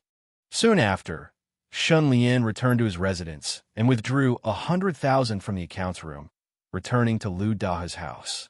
Both sides exchanged money and goo, completing the transaction. Chapter 7. Returning to the room, he closed the door. Shun Lian couldn't wait to refine the Grandmaster goo. Piercing his finger with a silver needle and feeding it with blood, it was a routine procedure. The Grandmaster goo did not reject the temptation of fresh blood and quickly drank Shun Lian's blood. Sure enough, the Grandmaster goo had a temper and was not so easy to refine. It had an arrogant attitude and naturally did not have any mental connection with him. At this time, Shun Lian was filled with anticipation. At the next moment, life-twisting goo made its appearance and appeared in front of the Grandmaster goo like a ghost. Once the Grandmaster goo saw life-twisting goo, its calm and arrogant attitude changed and it hurriedly ran away. Life-wiggling goo started to display its unparalleled charm. With a wave of his hand, the Grandmaster goo stopped abruptly and stopped running, turning towards life-wiggling goo. This scene was very similar to Shun Gongbao in the Investiture of the Gods, saying, "Friend, please wait," adding 100,000 points of charm, killing anyone he saw instantly. It was very effective on anyone. A moment later, the Grandmaster goo fell and could not resist life-twisting goo's enticement. It submitted. Immediately after, a strong will rushed over. Shun Lian was overjoyed and refined the Grandmaster goo while lying down. Next, the Grandmaster goo entered his body and came to a position near his heart.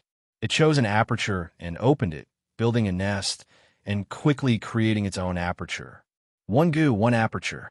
This was Shun Lian's second aperture. Having two apertures was equivalent to having two primeval energy storage slots. Life-twisting goo was very fickle. It moved from the iron skin goo's aperture and happily lived with the Grandmaster goo. Shun Lian was sad for the iron skin goo for 3 seconds. At this time, the information on the interface was updated. Grandmaster goo, white rank, special effect, martial moving mountains and rivers consume 3 bewilderment points to evolve Grandmaster goo by 1 level. Evolve? I happen to have 3 bewilderment points. Then what are you waiting for? Evolve Grandmaster goo. Immediately, the interface flashed and the bewilderment points quickly turned to 0. At the same time, the Grandmaster goo shook intensely and let out an illusory light. Gradually, the light condensed and formed a cocoon around itself. A day and a night later, Grandmaster Gu broke out of its cocoon. His body became even bigger, turning from flat to bloated. His hands and feet grew out, and he was also in the shape of a human. He looked like a woodman, and there was a dazzling bronze stripe on his chest. Grandmaster Gu, Bronze Level 1, Special Effect, Martial moves mountains and rivers, tempering tendons and bones, evolution successful. Grandmaster Gu shook its body as it sat cross-legged in its aperture, breathing in and out like an old monk. Immediately, a huge whirlpool with the aperture as the center appeared. Some strange substances in his body were being refined, extracted, and attracted over. Rivers also seemed to flow into the aperture. The mist-like substance in the aperture increased rapidly, becoming denser and denser. Shunlian felt it and couldn't help but be shocked. The Grandmaster Gu's refining speed was actually more than 10 times that of the Iron Skin Gu. Even the Iron Skin Gu was faintly suppressed, unable to refine primeval chi normally. Who would have thought that different types of Gu would have such a huge difference in the efficiency of refining primeval chi? Grandmaster Gu is indeed an intelligence-type Gu, much stronger than the Iron Skin Gu. Amazing. Just like this, after a short while, an intense feeling of hunger attacked him.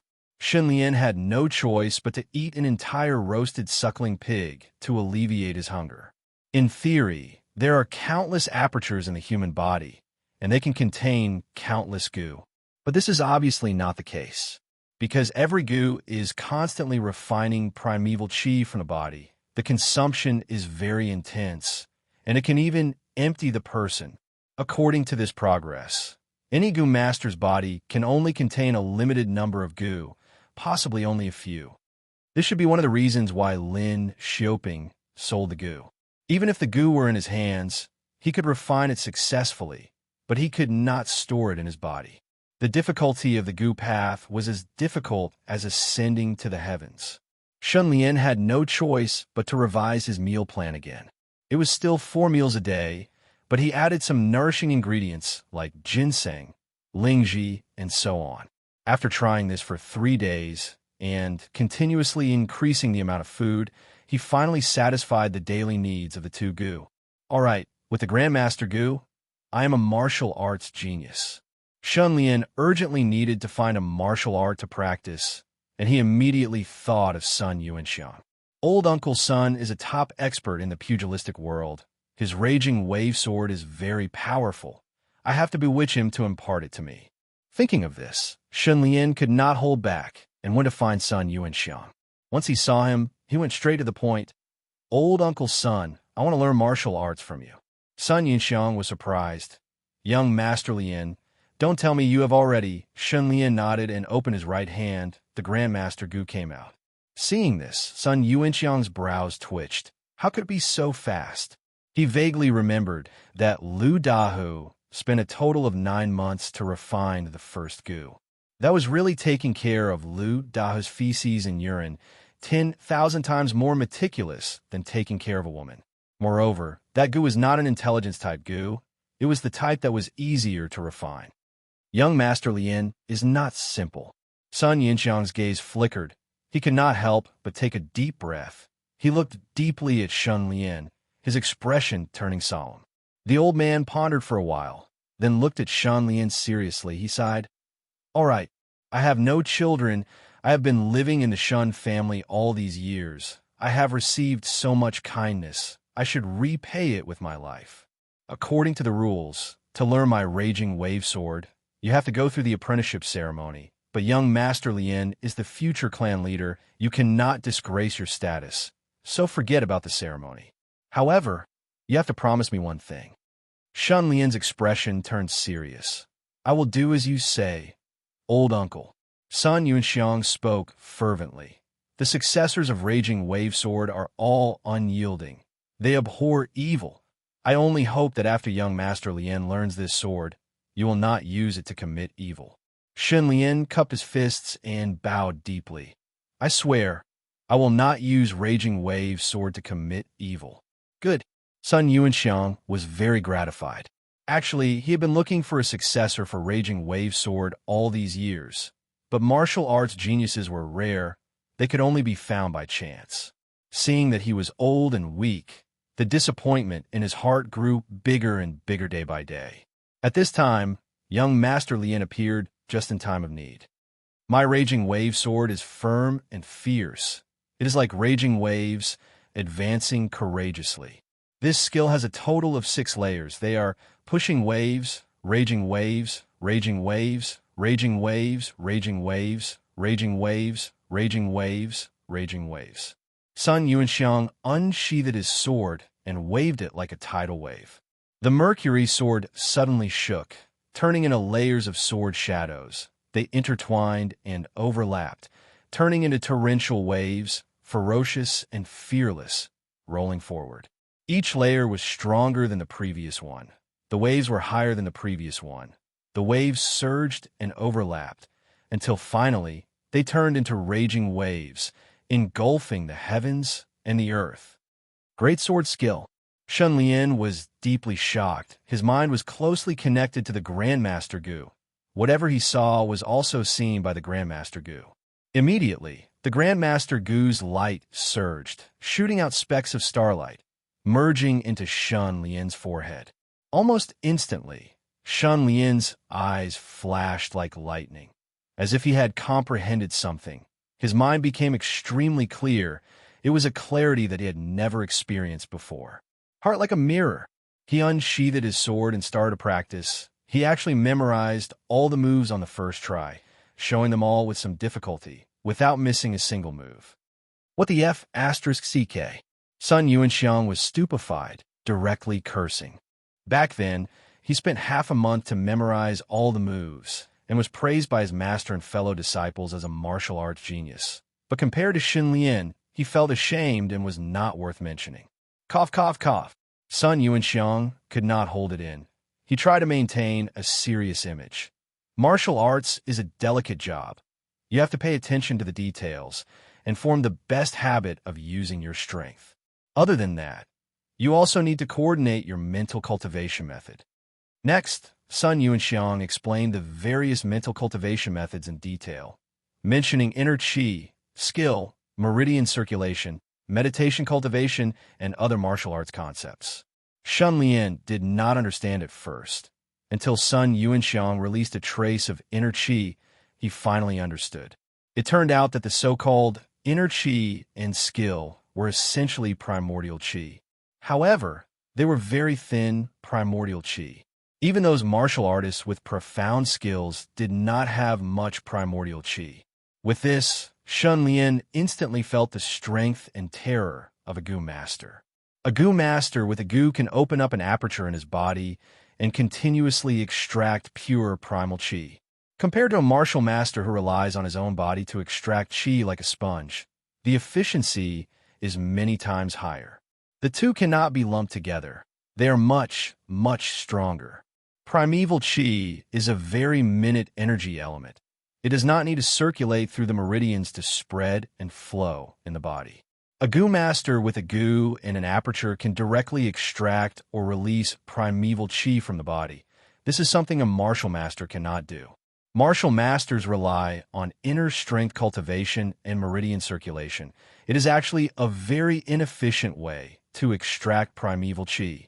After Shun Lian understood the abyss-like difference between a Gu master and a martial master, he gradually improved stormy wave swordsmanship with the help of the Grandmaster Gu, gradually making it his own. For the next few days, Shun Lian practiced his swordsmanship alone, his swordsmanship maturing day by day. Half a month later, he achieved great success in stormy wave swordsmanship. The speed was much faster than Lu Dahu's 1 year, or even half a year. It could be seen that this Grandmaster Gu's intelligence was very high. To test himself, Shun Lian challenged Uncle Sun to a duel. Outside Shueling City, in the forest in the suburbs. Uncle, please give me your guidance. Shun Lian slowly pulled out his sword and pointed at Sun Yuanxiang, who was about 3 meters away. Good. Let me see how much young Master Lian has improved. Sun Yuanxiang smiled, his gaze flashing past Shun Lian's body. He could not help but sigh in his heart. Only half a month had passed, but Shun Lian's entire body had undergone a huge change. His body was getting stronger, and his mastery of stormy wave swordsmanship was improving by leaps and bounds. His eyes were filled with strong confidence and determination, the light of which made people not dare to look at him directly. Shun Lian's expression was solemn. He took a deep breath and raised his sword to attack.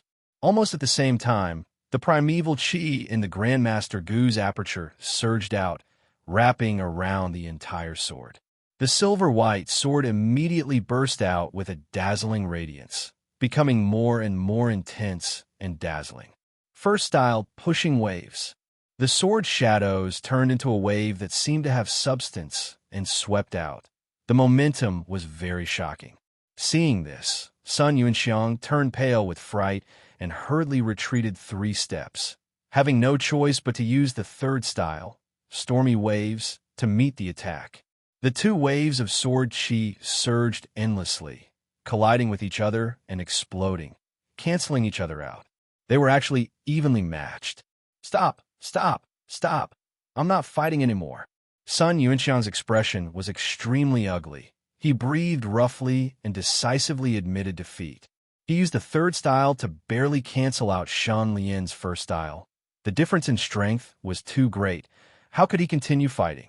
The stormy wave swordsmanship that I trained bitterly for 23 years to achieve great success was actually destroyed by this kid in just half a month. Chapter 8. The carriage slowly stopped in front of a large house in the southern district of the city. This is the place. Sun Yuanxiang got down from the carriage and looked at the house in front of him. Shun Lian got down from the carriage after him. This is the home of Wind Chasing Arrestor by Li Fei. Sun Yuanxiang nodded and said slowly, by Li Fei's Wind Chasing Fast Sword is unique. When I mastered the stormy waves swordsmanship, he had already made a name for himself in the Central Plains. After I mastered the swordsmanship, I wanted to be famous, so I challenged some famous martial masters and defeated them. After that, I went to the Northern Land alone to challenge more powerful martial masters in the Central Plains, and I met by Li Fei. I fought with him for hundreds of rounds and was almost exhausted. In the end, ended in a draw. However, I knew that I had lost. Bai Li Fei was born with great physical strength and talent. He was much better than me. After that battle, Bai Li Fei and I appreciated each other and regretted that we had not met earlier. We became sworn brothers, and I called him Big Brother. Shun Lian asked curiously, Bai Li Fei is a martial master in the Central Plains. Why did he come to the Northern Land? Sun Yuanxiang sighed and said, it's because he is too famous and has many challengers. In addition, he hates evil and has too many enemies. After he passed his prime, he was not strong enough and had to leave the Central Plains to settle down in the bitter Northern Land. He just wants to enjoy his old age. Shun Lian understood. Sun Yuanxiang knocked on the door. A servant opened the door and saw Sun Yuanxiang. He smiled warmly and said, Elder son, you're here. Is your old master here? Yes, he just finished his morning exercise and is having his morning tea. Go and inform him that I'm here. Okay, elder son, come in first. It's windy outside. The servant opened the door. Sun Yuanxiang and Shun Lian went in and waited in the living room. Soon, they saw an old man in his 70s striding in. The old man had white hair and a beard. His eyes were shining, and he was tall and sturdy. He was almost 2 meters tall and looked very strong. Through his thin clothes, one could see his steel-like muscles. Shun Lian could not help but be shocked. This old man was either born strong or he had trained his body to the extreme. He was really strong. It gave off an invisible pressure. Little brother, you haven't come to see me for a while. Bai Li Fei's voice was like a loud bell, and it was extremely candid. Sun Yuanxiang smiled and said, Big brother, we haven't seen each other for a long time. Please don't blame me. Bai Li Fei waved his hand and looked at Shun Lian. He smiled and asked, Who is this little brother?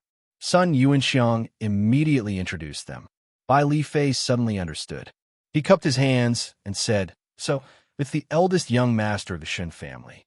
Your father, Shun Wanquan, is considered to be one of the more upright ones among the 4 major families. The old man has a good impression of him. Hearing this, Shun Lian's heart skipped a beat. He smiled and said, "After I inherit my ancestral land, I will do more good deeds and benefit the people." Ba Li Fei nodded and slowly sat down. He asked, "Little brother, you brought your eldest young master to see me. Is there something important to discuss?" Sun Yuanxiang replied, "My family's eldest young master is obsessed with practicing martial arts and has learned from hundreds of schools to strengthen himself. When he heard me mention your wind-chasing fast sword, he was full of admiration and came to learn from you." Shun Lian immediately handed over a red envelope. Ba Li Fei took it and looked at it. It was a banknote of 10,000 taels of silver. He couldn't help but raise his eyebrows and smile. He said, "Of course you can learn from the old man. However, the old man has a rule. He can only teach for a month at most. Do you accept?" Shun Lian smiled and nodded. He said, "I accept." Sun Yuanxiang looked like he was waiting for a good show. He smiled but didn't say anything. Then, the three of them came to the martial arts field. Ba Li Fei suddenly unsheathed his sword. It was as fast as lightning. The sword chi was like a rainbow, and it raised a gust of wind. In the world of martial arts, there is nothing that cannot be broken. Only speed is unbreakable. My wind-chasing fast sword, as the name suggests, is as fast as the wind and as sharp as lightning. It strives to win with speed. This sword technique is divided into 5 levels. They are seeing red with a dot, turning the hand, spreading the claws of a fierce ghost, white steed flashes, startling beauty. Every move is an attack. There is no defense, no dodging. Pressing forward with indomitable will. Fast attacks are invincible. As he spoke, Ba Li Fei demonstrated the 5 sword moves of his wind-chasing fast sword and explained the mental cultivation method to complement them. Sure enough, the sword technique was extremely fast. There were no complicated moves. What it pursued was that breathtaking and unparalleled speed of the sword. Did you see that? The trick to cultivating this sword technique is to have explosive power in an instant. You don't need to be fast all the time. There are times when you are fast and times when you are slow. You need to grasp the rhythm. As long as you burst out with astonishing strength and speed at the moment of your attack, no one can stop your attack. Ba Li Fei said proudly, his whole body emitting a domineering aura that defeated all experts. Shun Lian watched attentively and understood tacitly. The Grandmaster grew shone again, and specks of starlight entered his forehead. In an instant, all kinds of profundities of the sword technique appeared in his mind. It was like slow motion on a TV, clear and clear. Just as Ba Li Fei was about to demonstrate the sword technique again, Shun Lian let out a breath of turbid air and said, "Let me try." Ba Li Fei was stunned. Earlier, in order to display the power of wind-chasing fast sword, he attacked extremely quickly. Normally, in other people's eyes, they would only see a blur and would not be able to see the details. Thus, he purposely slowed down the rhythm for the second time so that they could see it clearly. "Then you can try." Ba Li Fei was stunned for a moment before he slowly kept his sword and stood to the side. Swoosh! Shun Lian pulled out his sword with a solemn expression and demonstrated the moves one by one. Although he was not as fast as Ba Li Fei, he had clearly obtained 30 to 40% of the true essence of the sword technique. Ba Li Fei was deeply shocked, his jaw almost dropping to the ground. For the next few days, Shun Lian stayed at Ba Li Fei's house and diligently practiced wind-chasing fast sword. The more he practiced, the better it got. In the blink of an eye, 10 days later, the sword technique had reached great success. Clang, clang, clang on the battle stage. Metal and metal collided continuously. 2 long swords, swish, swish, swish, attacked each other in a dazzling manner, stirring up bright sparks of electricity. The wind surged violently between them, causing smoke and dust to fly everywhere. The falling leaves suddenly exploded and turned into fine powder. At a certain moment, both parties suddenly stopped. Ba Li Fei's sword was pressed 5 inches above Shun Lian's head. If he took one more step, Shun Lian's head would be pierced. However, Shun Lian's sword was pressed against Ba Li Fei's throat. The old man has lost. Ba Li Fei sighed deeply and shook his head. He regretted, He really regretted it. He regretted accepting the 10,000 Taels red packet. Because of this, he missed out on a true disciple who could inherit his legacy. He regretted it so much that his intestines turned green. "You are really a demon." Bai Li Fei looked at Shun Lian, dumbfounded. His expression was as if he had been bitten by a dog. Seeing this scene, Sun Yuanxiang was secretly pleased. Finally, there was someone who could understand his feelings. The night was dark and the cold wind whistled. Outside the snow-ridged city, there was an endless snowfield. The land was vast, and the withered grass reached the sky. The wind was like the crying of ghosts, mixed with the howling of snow wolves. Snow wolves were the most ferocious beasts in the snowfield. They appeared and disappeared unpredictably and moved in packs. Once surrounded by them, there was only a slim chance of survival. Shun Lian had never seen a snow wolf alive. In the Shun family's library, there was a specimen of a snow wolf. Its body was extremely large, about 3 to 4 meters long. When it stood up, it was about the same height as a horse. Its fangs were sharp and sharp. The harsh climate in the north and the lack of food had bred the snow wolves' fierce temperament. They had the habit of not giving up until they set their eyes on their prey. It would be extremely dangerous to encounter a pack of snow wolves in the daytime, not to mention in the dark of the night. Shun Lian walked alone in the outskirts. He only had a torch in his hand and a metal sword at his waist. He walked alone like this. On the city gate tower, the two old men, Bai Li Fei and Sun Yuanxiang, looked at the fire in the distance. They held warm wine and drank one cup after another.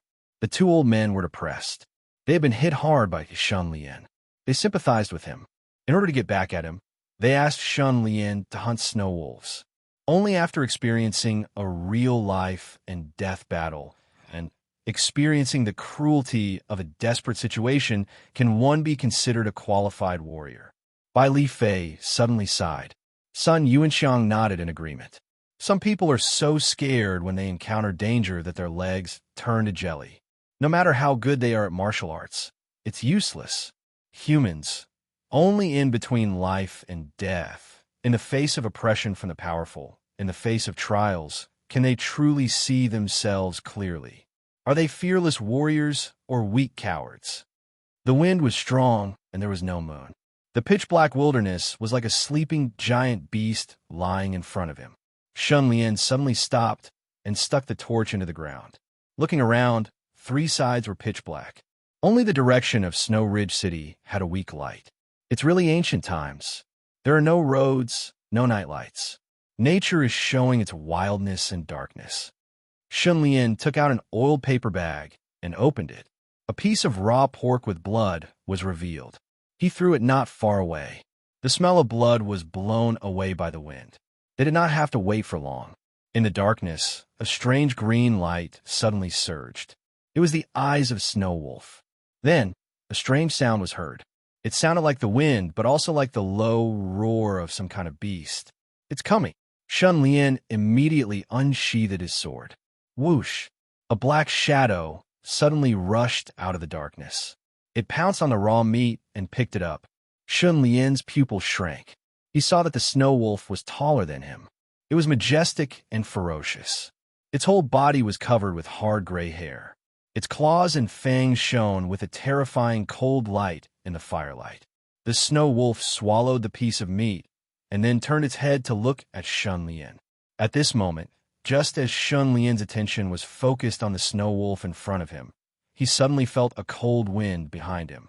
Shun Lian's body tensed up. He turned around and swung his sword. This move was fast and ruthless. It was as if he had practiced it countless times. In fact, it was instinctive. He saw a snow wolf leap into the air and pounce at him.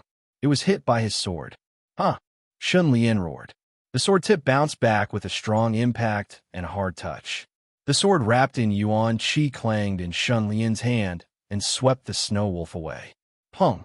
The snow wolf fell to the ground and rolled a few times to get up. Suddenly, its 4 legs gave way and it fell down again. With the help of the firelight, the snow wolf's throat was cut open by Shun Lian's sword. A large amount of blood spurted out and covered the ground. Another 2 snow wolves came out from the darkness. Without much time to think, Shun Lian raised his sword and unleashed the stormy waves swordsmanship. The sword aura poured out, pushing the waves and waves towards the wolves. Puff, puff. The two snow wolves that were still leaping in the air were cut in half at the waist. They flew past Shun Lian on both sides.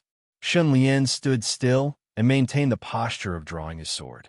Blood splashed like rain and drenched Shun Lian.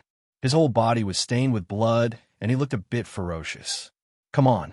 If you don't eat me, I'll kill you all." Shun Lian's eyes were red.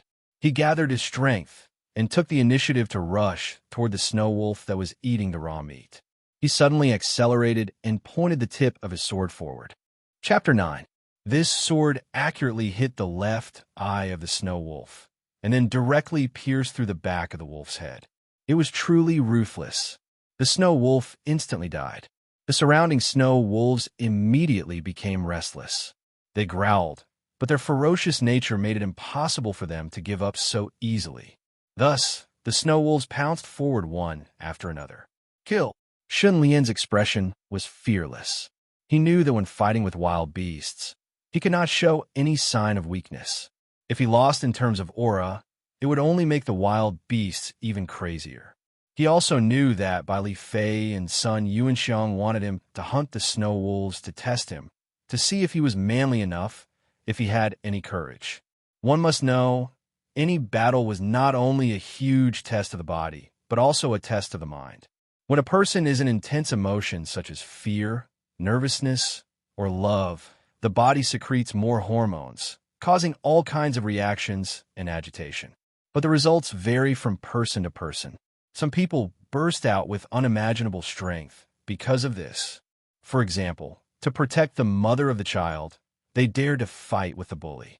Some people were the opposite, performing badly. For example, those professional athletes, their physique was very good, and their skills were also very well trained. But when it came to a large-scale competition, they would make all kinds of low-level mistakes. Evidently, their mental fortitude was not good enough. Facing the attack of a pack of wolves, it would be a lie to say that one was not afraid.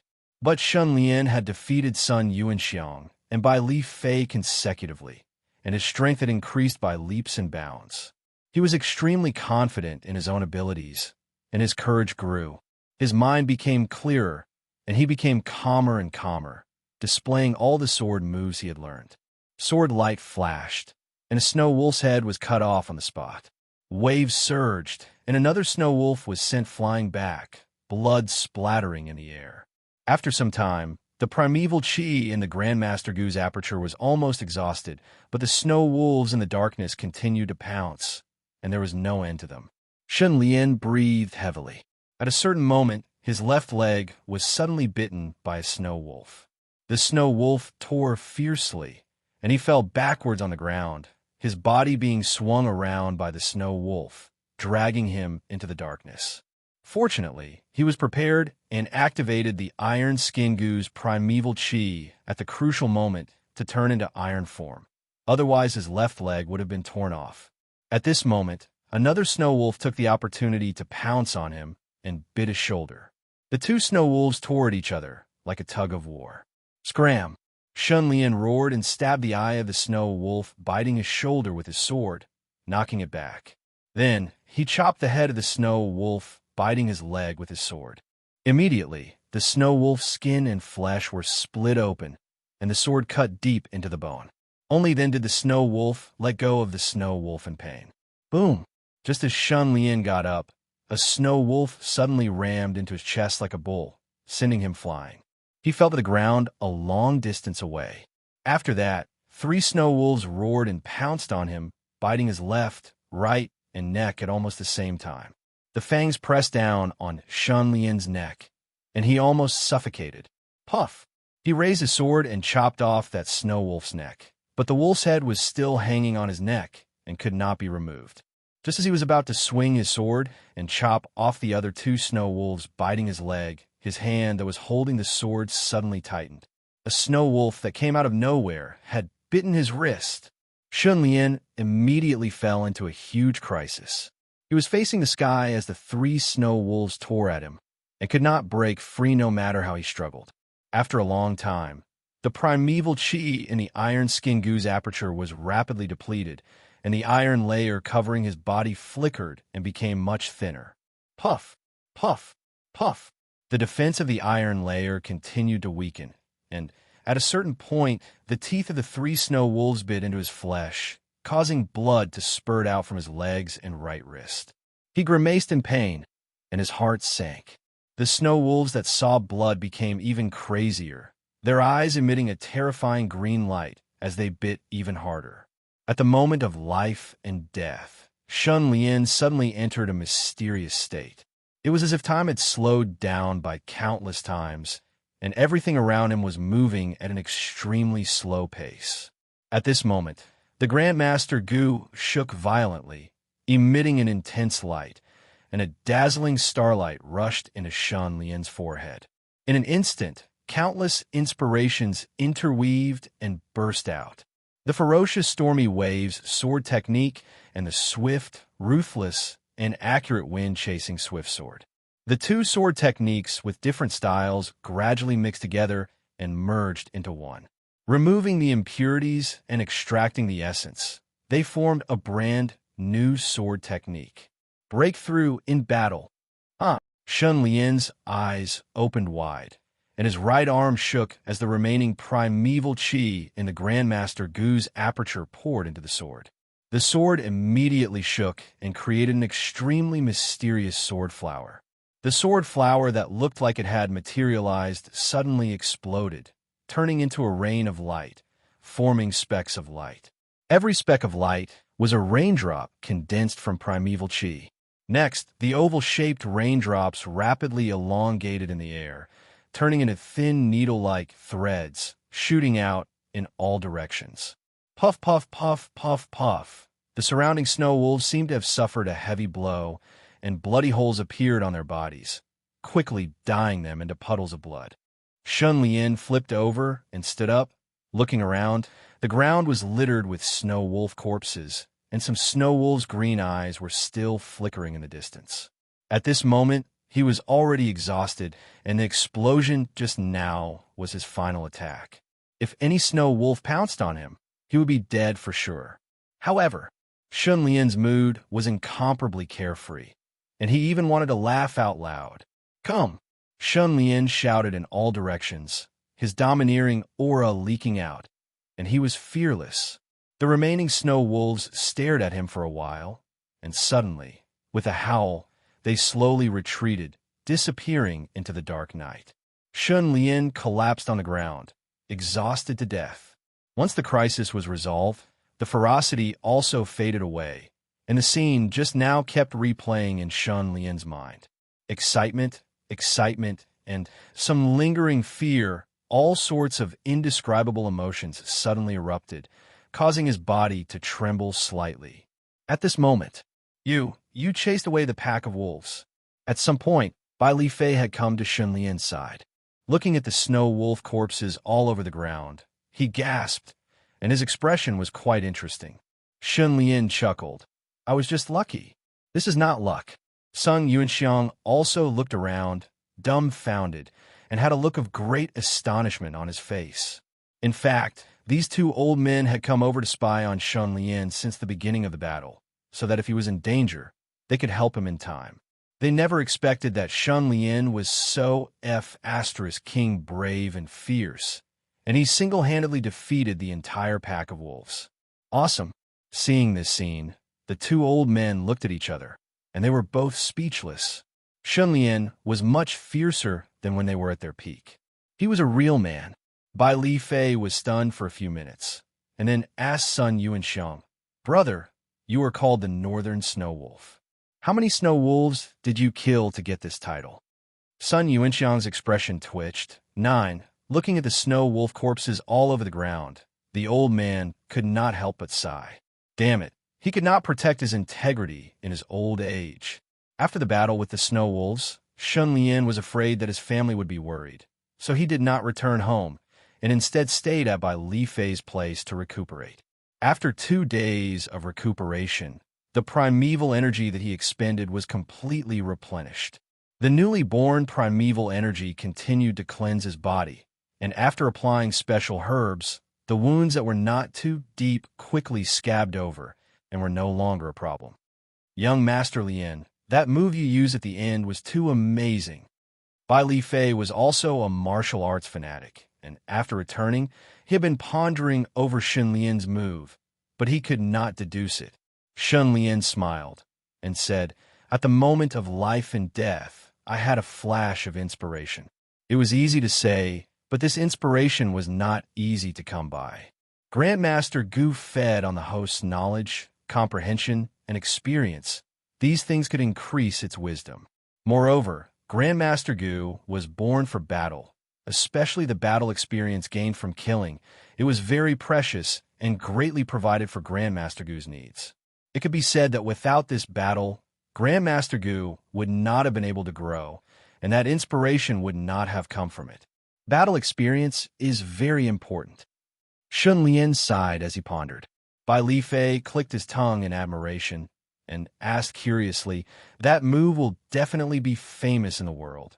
Does it have a name?" Shun Lian raised his eyebrows and said, "No. Senior, please give a name. How about it?" Bai Li Fei's gaze shone, and he pondered for a while and said, "That move started with a sword flower. It became a rain of light and ended with a storm of pear blossoms.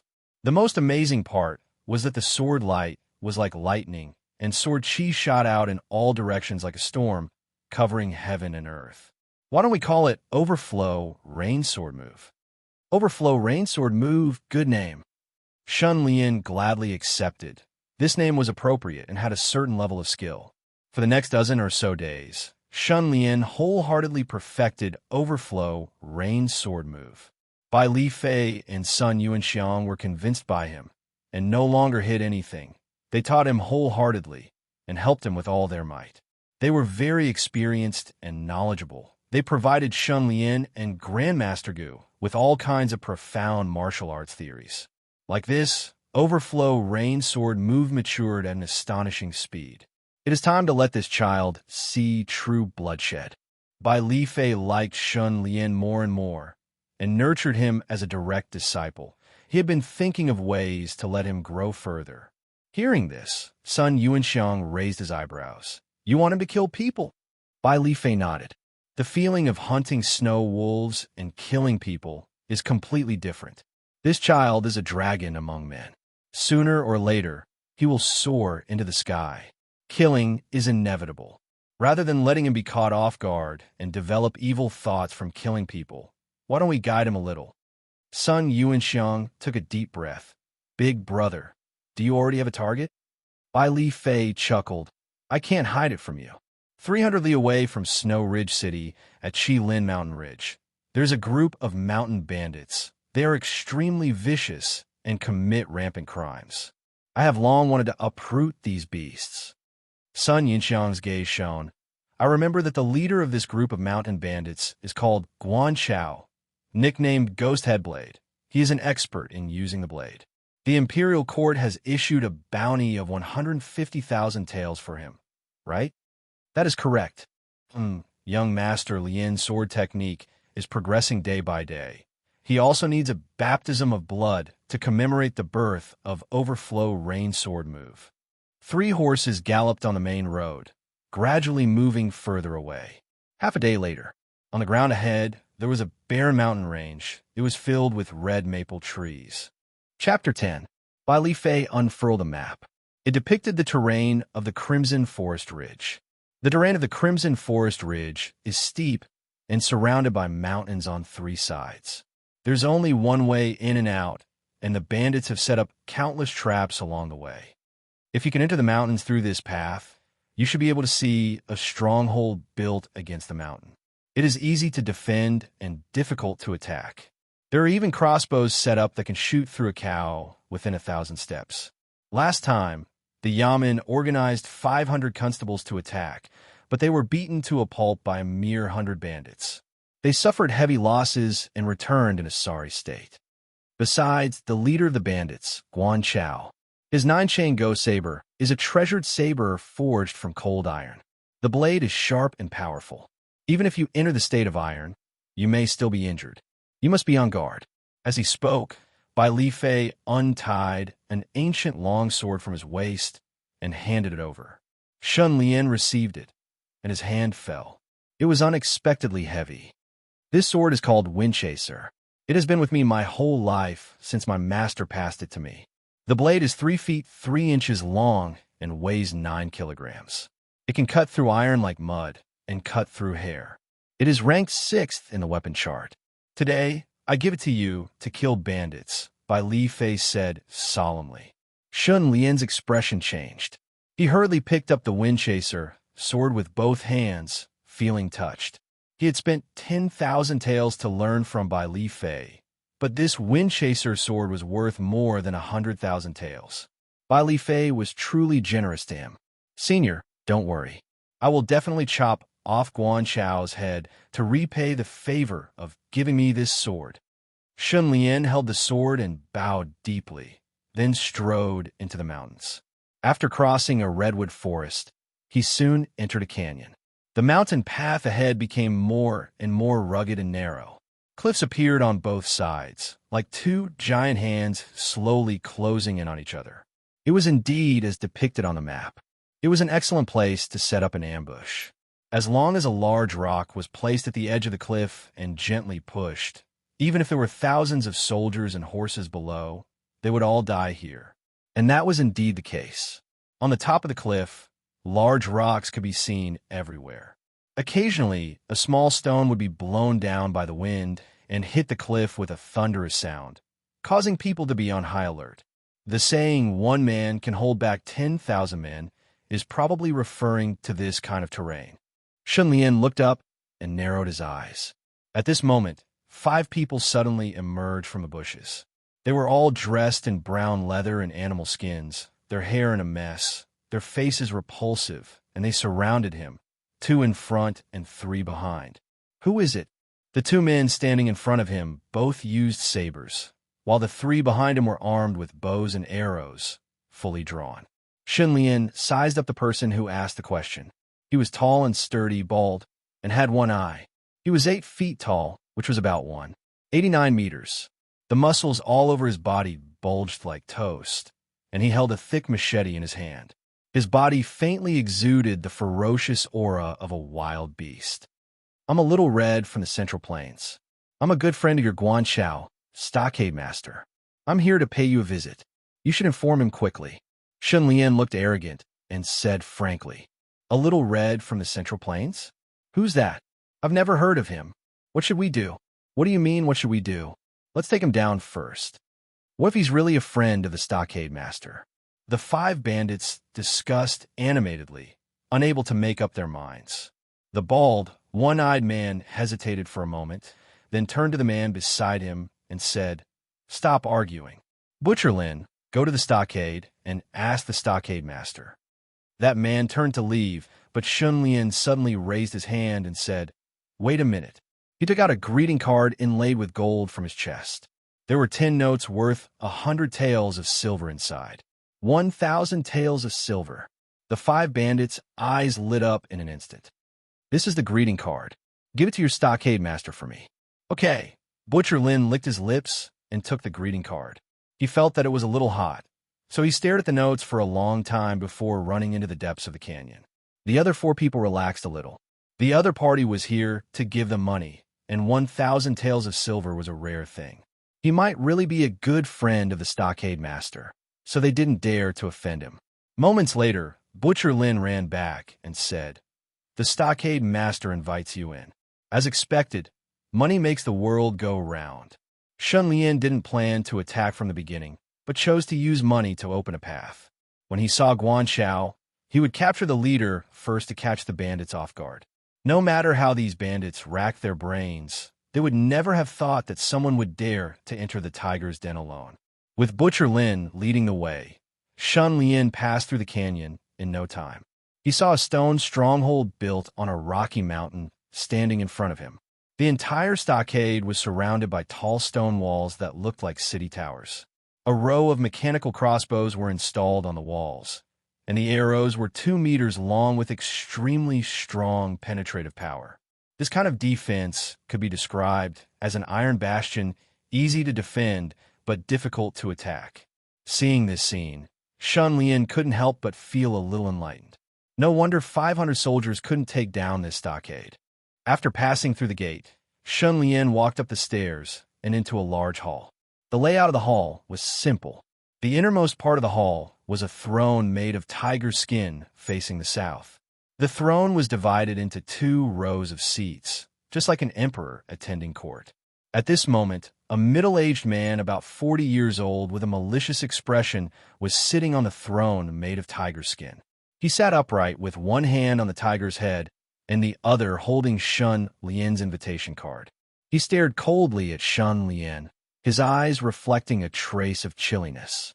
This was naturally Guan Chao, the murderer and robber wanted by the imperial court with a bounty of 150,000 taels of silver. There were 8 people in each row under Guan Chao's seat. These 16 people were all ferocious people. Their faces were ferocious, and they looked at Shun Lian with evil intentions. Some of them didn't even try to hide their lust, looking at Shun Lian like he was a flower girl. You are one of the Central Plains red dots. Guan Chao stared at Shun Lian and sneered. I don't remember having a friend like you. Shun Lian took a few steps forward and took off his thick coat inlaid with gold and jade, revealing his martial arts attire. He held the wind-chasing sword in front of him like a crutch and smiled. Stockade Master Guan is a mysterious dragon. I took the liberty to visit. In order to see you, I had to play a little trick. I didn't mean to tease you, so please don't blame me. Oh, then who are you? Guan Chao's eyes flashed at the wind-chasing sword. Shun Lian said, I am a businessman. I kill whoever gives me money. Assassin. Guan Chao's eyes widened, revealing a hint of vigilance. Who did you come here to kill? Shun Lian laughed and shook his head. Stockade Master is brave and invincible. You have many fierce generals under you. How would I dare to be presumptuous here? To tell you the truth, I came here because I have a big business deal to discuss with Stockade Master. Guan Chao narrowed his eyes and didn't say anything. Shun Lian continued. Not long ago, I received a business deal. Someone offered me 100,000 taels to kill someone. The target was Wang Fugue, the eldest son of the Wang family, one of the 4 great families in Snow Ridge City. However, there was a special request for him to die. He couldn't die by assassination or accident. He had to meet a robber on the road and die by the robber's knife. Guan Chao understood. You want me to help you kill someone? Shun Lian nodded. After the job is done, the reward will be 70-30. How about it? Guan Chao snorted and sneered. You want us to kill the person and take responsibility for the crime, but you want 30,000 taels. Is there such a good deal in the world? Shun Lian smiled indifferently. How much does Stockade Master want? I want 90,000 taels. 80,000. At most, I can give you 80,000 taels. 90,000, not one less. We are the ones who are risking our lives. Fine. Shun Lian was silent for a few seconds and agreed with a bit of dissatisfaction. Guan Chao was proud and laughed. What do we do it? How do we do it? 2 days later, Wang Fugue will leave Ridge City with about 10 retainers. They will pass by the main road near Chi Lin Ridge. You just have to set up an ambush and kill him. That's easy. The Wang family also has experts. Just in case, I hope that Stockade Master will personally make the trip. I will also assist you. After the job is done, I will stay in the stockade until someone delivers the 90,000 taels. What do you think? Well said, well said. Guan Chao only relaxed at this moment, revealing his uncouth side. In fact, in this ancient world, there was no internet and information technology was not developed. The human heart was still relatively simple. It was a bit like the romance of the 3 kingdoms. Some people were not fools and were very smart. However, they fell into a trap just like that. Done. Shun Lian let out a sigh of relief and successfully infiltrated the stockade. Bewitching Guan Chao successful. You have received 1 point of bewitchment. A strange voice sounded and Shun Lian could not help but smile. Men, set up a banquet. I want to drink 300 cups of wine with Jian Hong. Guan Chao excitedly waved his arms and shouted. Soon, a grand banquet was set up. The food on the table was all wild boar, wild deer, wild rabbit, and so on. There was also wine. In the stockade, 70 to 80 people gathered together, eating big pieces of meat and drinking big mouthfuls of wine. It was very lively. Not long after, a few trembling young girls were chased out and asked to dance. If they didn't dance well, they would be whipped. Their screams led to roars of laughter, which only made the bandits even more excited and unbridled. One of the girls looked to be only 14 or 15 years old. She moved around stiffly like a wooden puppet. Her tears had already dried up, and there was only despair in her eyes. Come, come, come, Dian Hong, let me give you another toast. Guan Chao kept pouring wine for Shun Lian, drinking bowl after bowl. I also give a toast to Stockade Master. Stockade Master, you will enjoy immortal blessings and live as long as the heavens. Shun Lian could not stop praising and gulping down the wine. His alcohol tolerance was not bad, and he could be on par with anyone. However, he realized that once the wine entered his throat, it was quickly refined into qi of vitality by the Tu Gu. He did not feel drunk after drinking it. Thinking about it, wine was brewed from grains and did not need to be digested to enter the bloodstream. Naturally, it would be converted into primeval qi faster than food. Medicinal wine. Shun Lian had a flash of inspiration and suddenly thought of a good way to refine primeval qi. At this time, the surroundings suddenly became quiet. Shun Lian was stunned and saw the bandits were all looking in one direction. He turned around and suddenly saw a woman in splendid attire walking over. This woman was extremely beautiful and had a very good figure. Her front and back were perky, and her skin was as white as snow. She was even more beautiful than the courtesan of the drunken flower brothel, Li Chengqing. Greetings to Madam. The bandits all lowered their heads. Chapter 11. Madam. Guan Chao immediately stood up, smiling with a doting expression on his face. He was a little drunk and staggered when he stood up. The madam didn't even look at Guan Chao. Instead, she glanced at Shun Lian and said coldly, "You are too noisy. You are disturbing my reading." "Oh, a friend came to visit today. I couldn't help but drink a few more cups. Sorry to disturb, madam." Guan Chao laughed and walked over, wanting to give the madam a bear hug. The peerless beauty stood motionless, a look of deep disgust on her face. Suddenly, Guan Chao, who had rushed in front of her, staggered back as if he had been hit hard.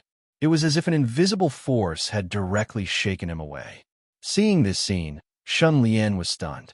His gaze moved back and forth between Guan Chao and the beautiful woman. The bandits also had strange expressions and whispered, "Haha, master, you really can't touch madam." A drunk bandit pointed at Guan Chao and laughed. This person was none other than the bald, one-eyed man Shun Lian saw in front of the canyon. This guy was drunk. The other bandits who were not drunk could not help but be stunned. They all looked at the bald, one-eyed man as if they were looking at a dead man. Guan Chao took a few steps back before he could stand still. "You are courting death." Guan Chao immediately sobered up. He stared at the madam for a while with his malicious eyes. His expression twitched, and a great anger appeared on his face. He suddenly pulled out his sword from its sheath. Swish! Astonishingly, it was the 9-chain ghost blade. There was a ferocious ghost head on the hilt. The blade was wide and heavy, and the blade emitted a cold light. Puff! The ghost blade suddenly flashed and chopped out. The bald, one-eyed man was split in half on the spot. From the top of his head to his crotch, he was split in half.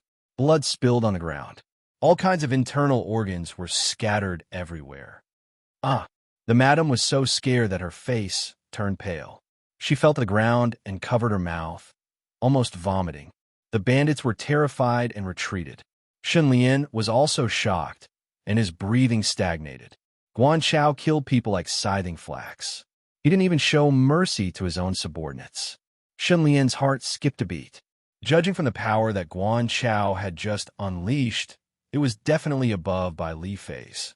After all, the young and strong were the most fearsome of fists. Guan Chao was at his peak, while Bai Li Fei was already old and weak. On the other hand, Shun Lian's success was short-lived.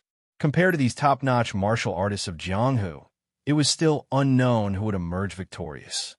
What a temperamental bandit. Shun Lian narrowed his eyes and placed his hand on the hilt of wind-chasing sword. Then, he gently tugged at a bandit beside him.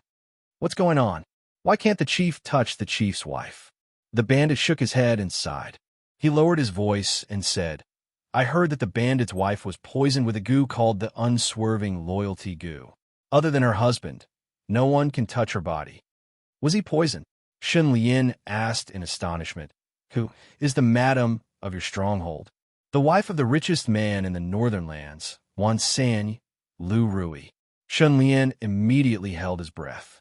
The same Lu Rui who made Wan San willingly give up his entire fortune as her dowry and held a grand wedding for 7 days? This stunning beauty, Lu Rui, was a geisha like Li Changsheng. She did not come from a good family background, but she had unexpectedly charmed the 60-year-old Wan San. He was the richest man in the northern lands, and his wealth was comparable to that of country. On the day he married her, Wan San made a will in front of everyone. After his death, all of his assets would be left to Lu Rui. At the same time, Wan San's children all left the marriage with nothing. They did not get a single cent. This matter was so big that it spread throughout the entire northern lands. Later, Lu Rui suddenly disappeared. Wan San offered a reward of 1 million to find her. As for what exactly happened, Shun Lian had heard many versions. Some said that Wan San's children killed Lu Rui. Others said that Lu Rui ran away with someone else. In short, there were many different opinions. Who would have thought that she was in the bandit den of Chi Lin mountain range? That bandit nodded. Half a year ago, Village Head went to Ronghua City and kidnapped Lu Rui. This woman was as beautiful as a fairy and could steal people's souls. Our Village Head fell in love with her and loved her to death. But who would have thought that there was something strange about Lu Rui's body? Village Head could not even touch her and could only force himself on her. Shun Lian could not help but stare deeply at Lu Rui. Unswerving loyalty goo, it seems to be a marriage-type goo. He thought of many things. Right at this moment, the atmosphere changed. Guan Chao, whose face was filled with ruthlessness, put down his blood-stained saber and held his forehead with his hand. He showed an ashamed expression and said while swaying, I drank too much and accidentally killed Brother Two. It is my fault. The military advisor chuckled and stood up while waving his paper fan. The people of this world are suffering. Living is worse than death. Since Village Head has sent the two away, why don't we be a good person to the end and give him 3 more wives? All the bandits were agitated and shouted, Good! The dancers were horrified and immediately ran away, but they were caught by the bandits and pressed in front of Guan Chao. Guan Chao looked around and asked, What kind of women does the two like? A bandit shouted, Big buttocks. Another bandit shouted, The bigger the buttocks, the more he likes them. Another bandit shouted, He likes men more. The bandits burst into laughter. Guan Chao pointed at 3 of the dancers with his saber and said, You 3 then. After you go down, serve the two well and give birth to a few more ghost sons for him. Saying so, he raised his saber and slashed down. Stop! Don't kill them. Lu Rui suddenly rushed over and knelt in front of Guan Chao, begging with tears in her eyes. Guan Chao stopped abruptly and said fiercely, Death is the most important thing. My brother is dead. I only need to kill 3 lowly servants to accompany him in death. What are you feeling heartache for? Lu Rui's tears flowed down. They were originally people with poor lives. Because of me, they were kidnapped by you and played with day and night. They have already suffered countless torments, living a life worse than death, yet you still want to kill them. Do you still have any humanity left? How can there be such a cruel person in this world? Guan Chao was furious and sent a slap. Bam! Guan Chao's hand was 3 inches away from Lu Rui's face when it suddenly bounced back. Shun Lian clearly saw transparent ripples on the surface of Lu Rui's body, causing his pupils to contract abruptly. F*CKU. Guan Chao shook his hand and grimaced in pain. His expression suddenly turned ruthless as he raised his saber and slashed at one of the dancers. At the critical moment, almost as the saber was about to strike the dancer's delicate neck, Shun Lian suddenly unsheathed his sword. The chasing wind sword was like a lightning bolt, and the sword light was like a dragon. In a flash, it stabbed diagonally upwards. Puffed. A bloody, severed arm was detached from the body and fell to the ground with a thud. The severed arm was still holding onto the 9-chain ghost-head saber. Guan Chao was stunned. The world was dead silent. Awe, after being stunned for a moment, intense pain assaulted him. Guan Chao clutched his bleeding shoulder and let out a shrill scream. Shun Lian swept his sword horizontally. A human head suddenly flew into the air. Fresh blood splattered all over the ground. The entire bandit stronghold was deathly silent. All the bandits were dumbfounded. They looked at the corpse on the ground and then looked at Shun Lian, who was in a daze. For a moment, there was only the howling of the cold wind. A layer of dust on the ground was blown up and swirled around. Shun Lian stood motionless, his chasing wind sword still in the final sweeping posture. He had killed Guan Chao at the perfect time. The result was extremely spectacular. But he had killed someone. He had killed someone. Whether it was in his previous life or this life, he had never injured anyone, let alone killed someone. At this moment, his mind was completely blank. His heart was in turmoil. "Ah, the chief has been killed," someone shouted. All the bandits moved angrily, picking up their weapons and surrounding him. Shun Lian was still in a daze. "Benefactor, leave quickly," Lu Rui shouted at him. Shun Lian suddenly came back to his senses. He looked at Lu Rui and then at the dancers who were still in shock. Their dim eyes gradually regained a hint of vitality, like the twinkling stars in the darkness. Shun Lian's body trembled. He felt a faint burning sensation in his heart, as if his blood was boiling. He held the chasing wind sword tightly, looking down at the crowd. A strange feeling kept erupting in his heart. He felt as if he was in a wuxia novel. An indescribable boiling sensation kept burning wildly in the depths of his heart. "I'm a wild guest of Shu. I travel the world with my sword. I kill one person every 10 steps. I travel 1,000 miles without leaving a trace. Come on," Shun Lian suddenly roared. He swept the chasing wind sword across the air. A crescent moon sword aura slanted out. 3 bandits who had rushed forward immediately flew back, their bodies cut in half at the waist. The sound of people sucking in cold breaths could be heard all around. Advisor Jun pointed at Shun Lian with a trembling finger and shouted, "Brothers, let's go. He's alone. Whoever kills him will be the new chieftain." The bandits went crazy when they heard this. They shouted, "Kill! Kill!" and rushed forward one after another. Overflowing rain, swordsmanship. Shun Lian laughed wildly without fear. The wind-chasing sword suddenly shook out a mysterious and boundless sword flower, which suddenly exploded and turned into a rain of light that shot out in all directions. Puff, puff, puff. The bandits who were closing in on them all trembled. They were like those people who were shot by machine guns on TV. Then, blood clots appeared on their clothes.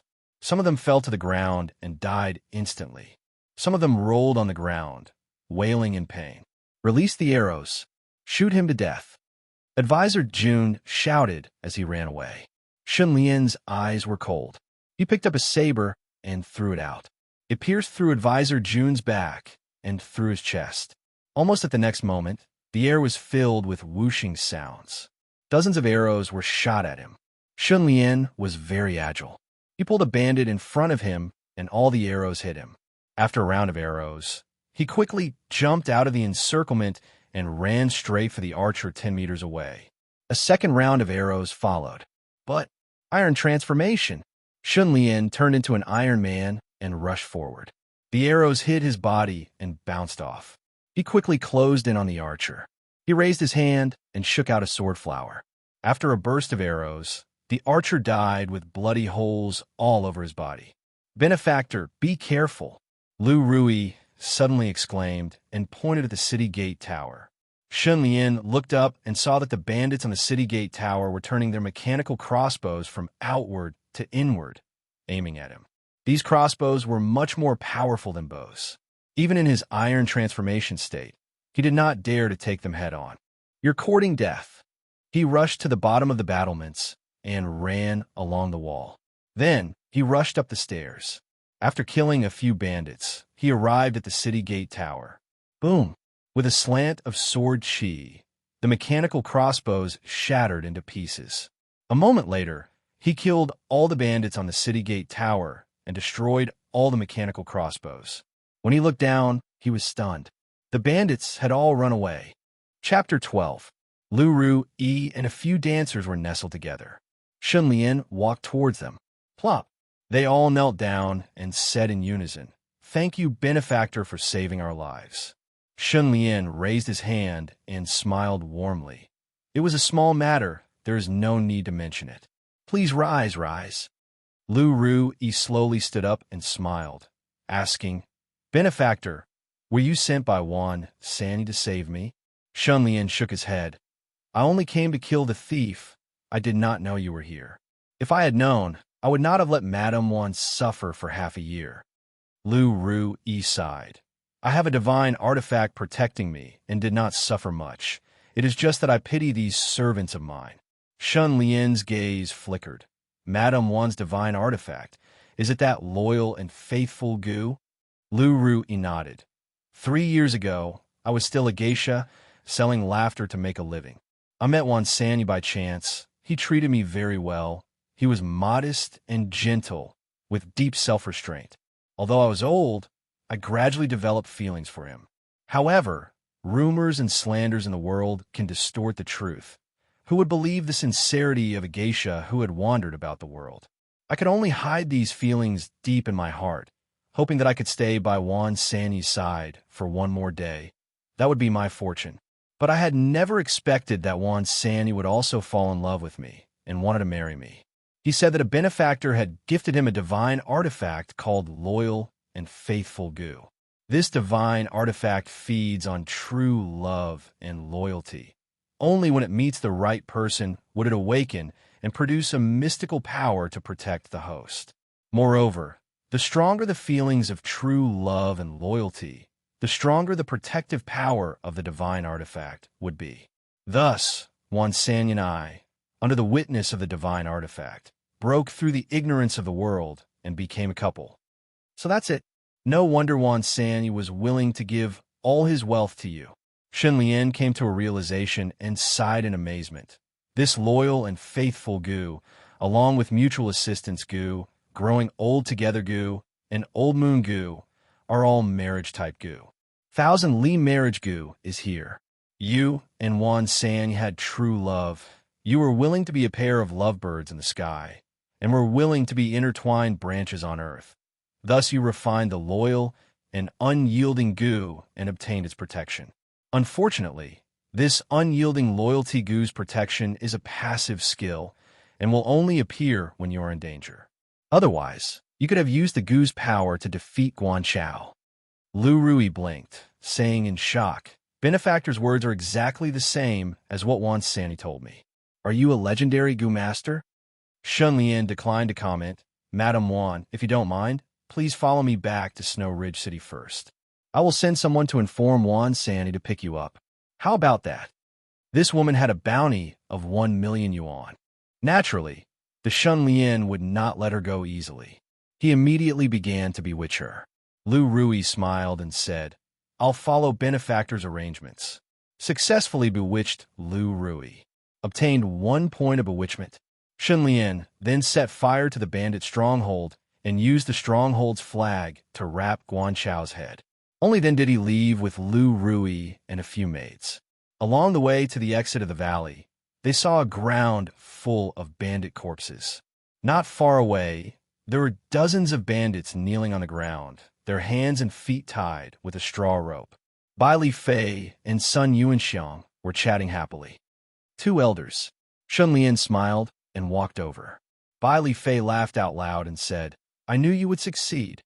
Sun Yuanxiang also smiled. "We 2 old men predicted that young Master Lian would go on a killing spree, scaring all the bandits to the point of pissing their pants. We purposely blocked this area, and indeed, caught many who escaped. The two elders then looked at Lu Rui and the other women. Shun Lian sighed and told them what happened. The two elders could not help but sigh. Everyone returned to the city, and the two elders escorted the bandits to the government office. Shun Lian brought Lu Rui and the others back to the residence and arranged for them to stay at Second Mother's place.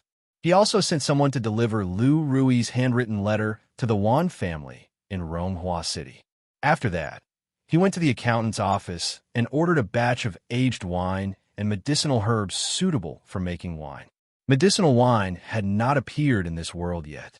From the memories of his previous life, he racked his brains to recall some medicinal wine recipes. For example, the nourishing type included 5 flavor fruit wine, 8 treasure wine, 10 complete tonic wine, ginseng wine, wolfberry wine, etc. The aphrodisiac type included multiple whip aphrodisiac wine, epimedium wine, green pine wine, lamb tonic wine, turtle spirit wine, ginseng velvet wine, seal kidney wine, etc. These were all medicinal wines that were filled with vitality. After returning to his room, Shun Lian let out a long breath and lay down, closing his eyes. He slept until dawn. When he woke up the next morning, the news of the bandit massacre at Chi Lin Ridge had already spread throughout Snow Ridge City. However, all the credit went to son Yuan Xiang. Shun Lian did not want to expose his secret of being a Gu master for the time being. Chui Lan reported, "Old Uncle Sun killed the evil bandit Guan Chao.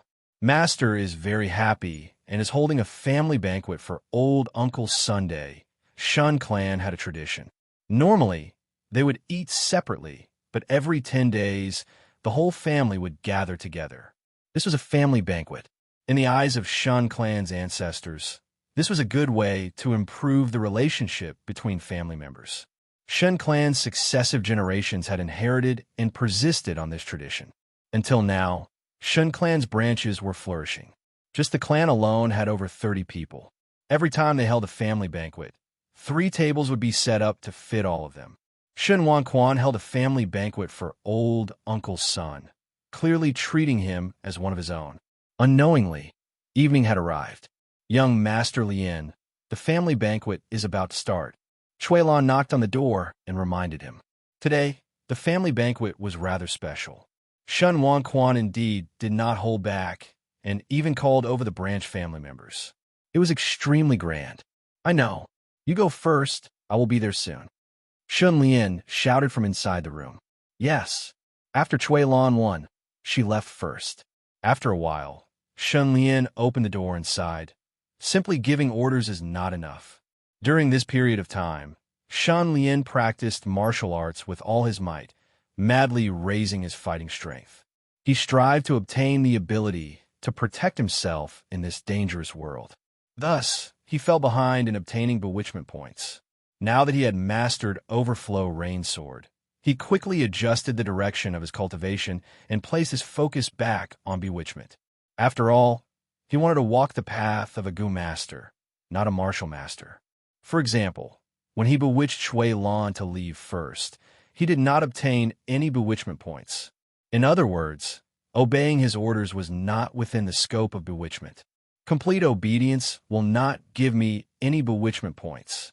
If I want to obtain bewitchment points from a loyal and obedient servant girl like Chui Lan, I will have to bewitch her into rebelling. He couldn't help but smile at this thought. He shook his head and slowly walked towards the Lake Heart Pavilion. Shun clan occupied a large area, and there was a lake in the clan. In the middle of the lake, there was a 4-cornered building with carved beams and painted rafters. It was surrounded by 9 bends, and one had to take a small boat to get there. Every family banquet was held in Hu Xian restaurant. Shun Lian gradually walked to the lakeside. From afar, his line of sight passed through a swaying bamboo forest. He saw 2 familiar figures. They were his 2 grown brothers, Shun Fong and Shun Zhan. They were standing by the shore and waiting for the boat to come over. They were chatting about something. For some reason, their expressions were somewhat angry. Is there a conflict? Shun Lian frowned slightly and quietly moved closer to eavesdrop.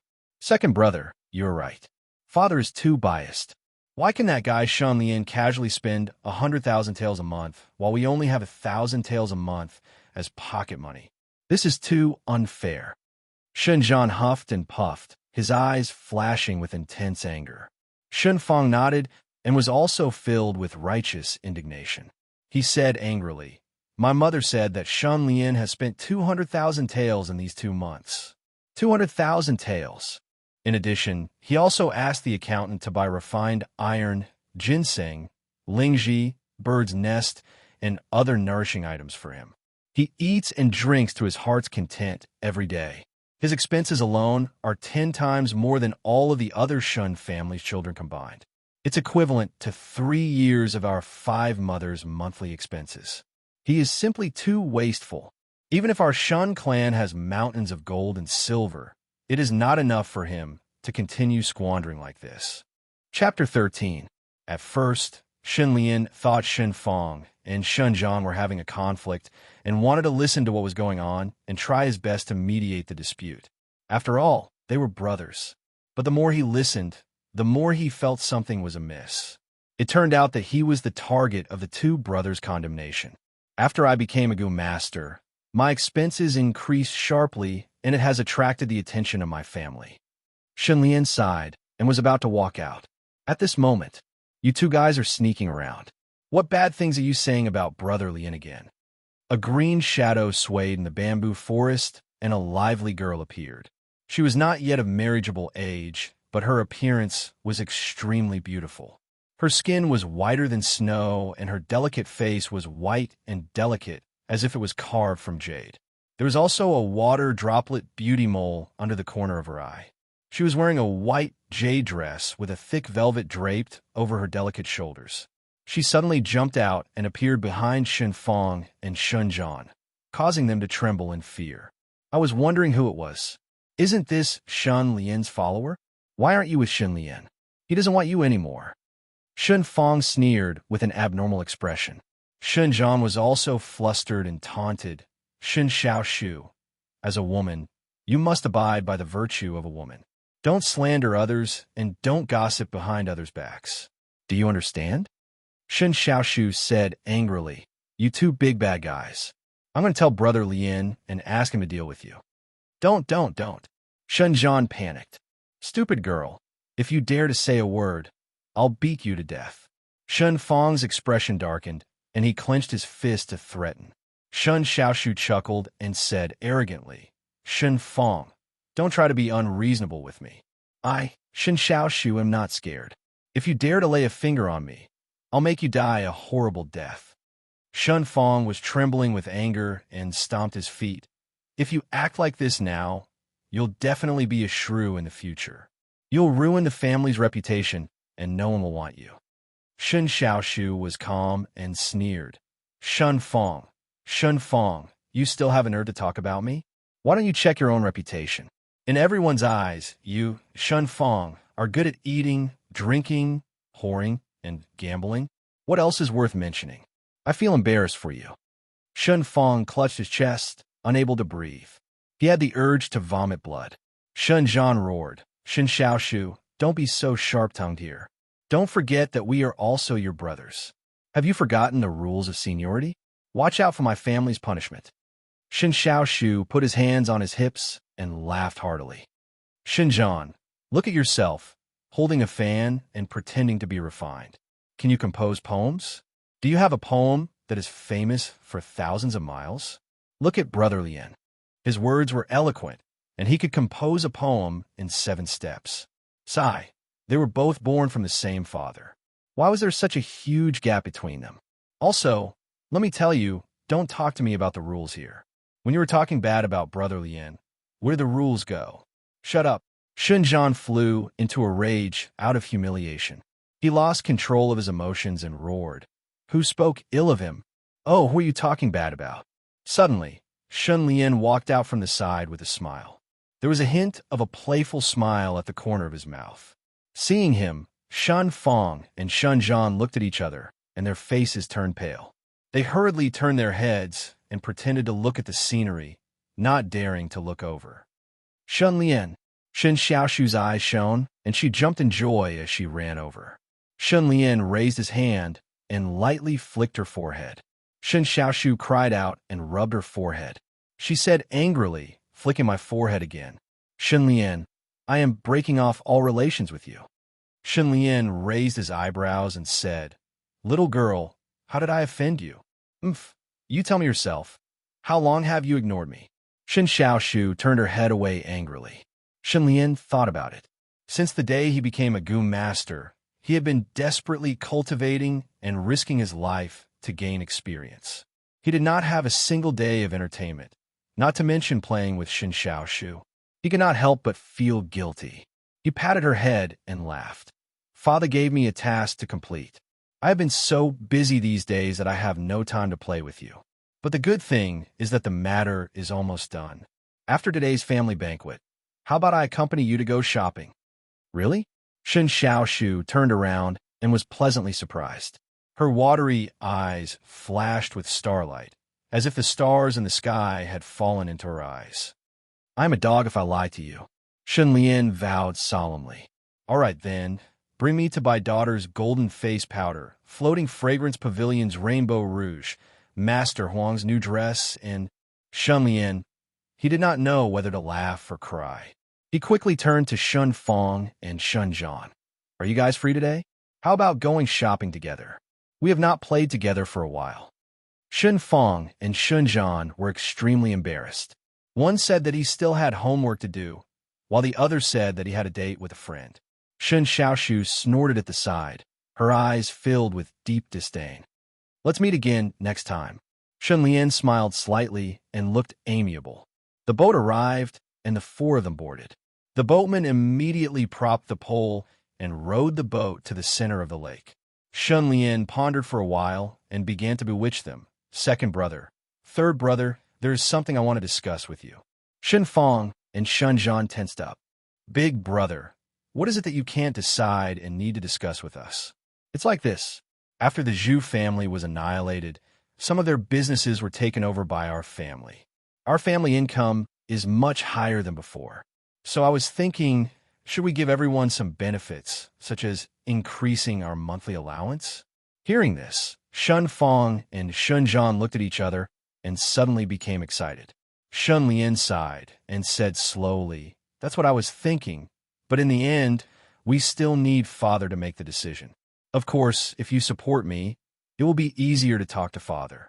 But if you object, then this matter will be dropped, and you can pretend I didn't say anything." "Yes, we will support you with all our strength." How could the two of them object to such a good thing? They hurriedly nodded. "Successfully bewitched Shun Fong.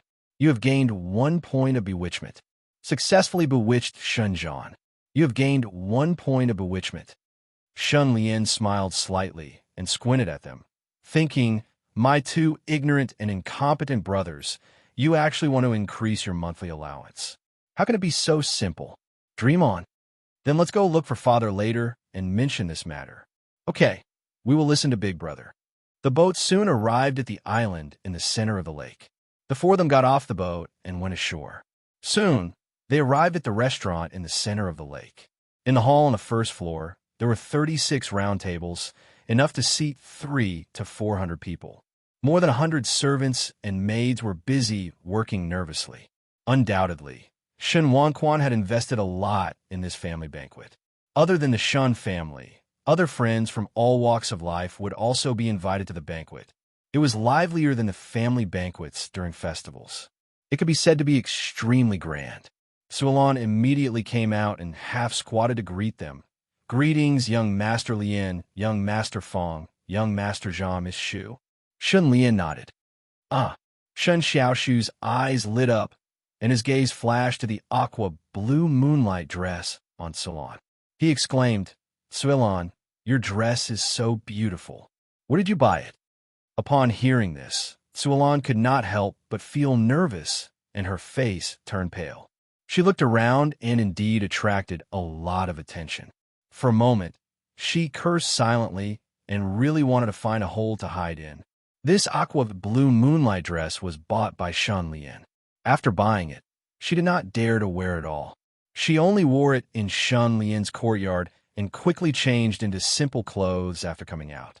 After hiding for almost a month, she finally could not hide from today's family banquet. Sualon panicked and scared at the thought of how terrible it would be if third mistress saw her wearing this dress. She only wanted to escape as far as possible. "This is a gift from young Master Lien," Sualon stammered and said with a trembling voice. Shin Xiaoshu immediately glared at her and pouted. "Shun Lien, you are biased." Shun Lien was speechless for a while. This little girl was simply the real-life version of Crayon Shinchan. She had a special ability to drive people crazy. He hurriedly changed the topic and asked Sualon, "Where is father?" "Old master is on the second floor. He is having a discussion with a few ladies," Sualon answered. As expected, father should be in the living room, welcoming guests from all directions. Instead, he was having a discussion with a few ladies? What was the discussion about? He squinted at Shun Fong and Shun Zhan. With their intelligence, they would never think of checking his expense account in the accounting room. It should be their respective mothers who were behind this. Second younger brother, third younger brother, let's go find father now. Shun Lien walked away. "Sualon, you come too." "Yes," Sualon answered. Her heart was in her throat. She knew that third mistress was also on the second floor. Shun Fong and Shun Zhan were beaming with joy as they followed suit.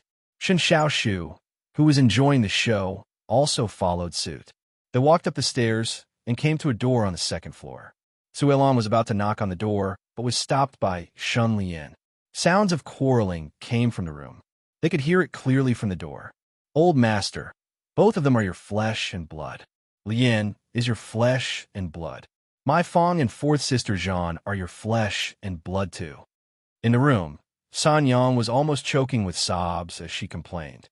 "Lien, or his mother passed away when he was young. It was second sister who brought him up with all her might. He was a smart and good boy, but the future head of the Shun family had not been confirmed yet. But now he had started to act recklessly and spend a lot of money. If this continued, he would lose all the family fortune sooner or later. If the Shun family falls into his hands, it will be over sooner or later. Everyone will have to go hungry." Fourth mother nodded in agreement. Third sister is right. "Master, you have to discipline Lien Air. Take away the authority in his hands. You can't continue to let him do as he pleases." Fifth mother and sixth mother did not say anything, but they did not object either. It was obvious what they meant. Shun Wanchuan's brows furrowed. Second mother gripped her handkerchief tightly and kept kneading it. Her expression was full of anxiety. She did not expect that third sister and fourth sister would join forces with fifth sister and sixth sister to attack Lien on such a festive day. Shun Wanquan had 6 wives and concubines. The first wife, Shun Lian's mother, died early. Second mother was gentle and had been infertile for many years. She raised the Shun Lien as her own son. She considered herself as the first wife and managed the family accounts. It was because of second mother's care that the Shun Lien could go to the accounts room and withdraw expenses at will. It was said that a woman in her 30s was like a tiger. Second mother was not pregnant until she was 30 years old. Chapter 14. After having this son, no one knew if second mother had other thoughts about Shun Lien inheriting the family business. Third mother only had one son, Shun Fong. For some reason, Shun Fong's appearance was ugly, completely different from the scholarly Shin Wanquan.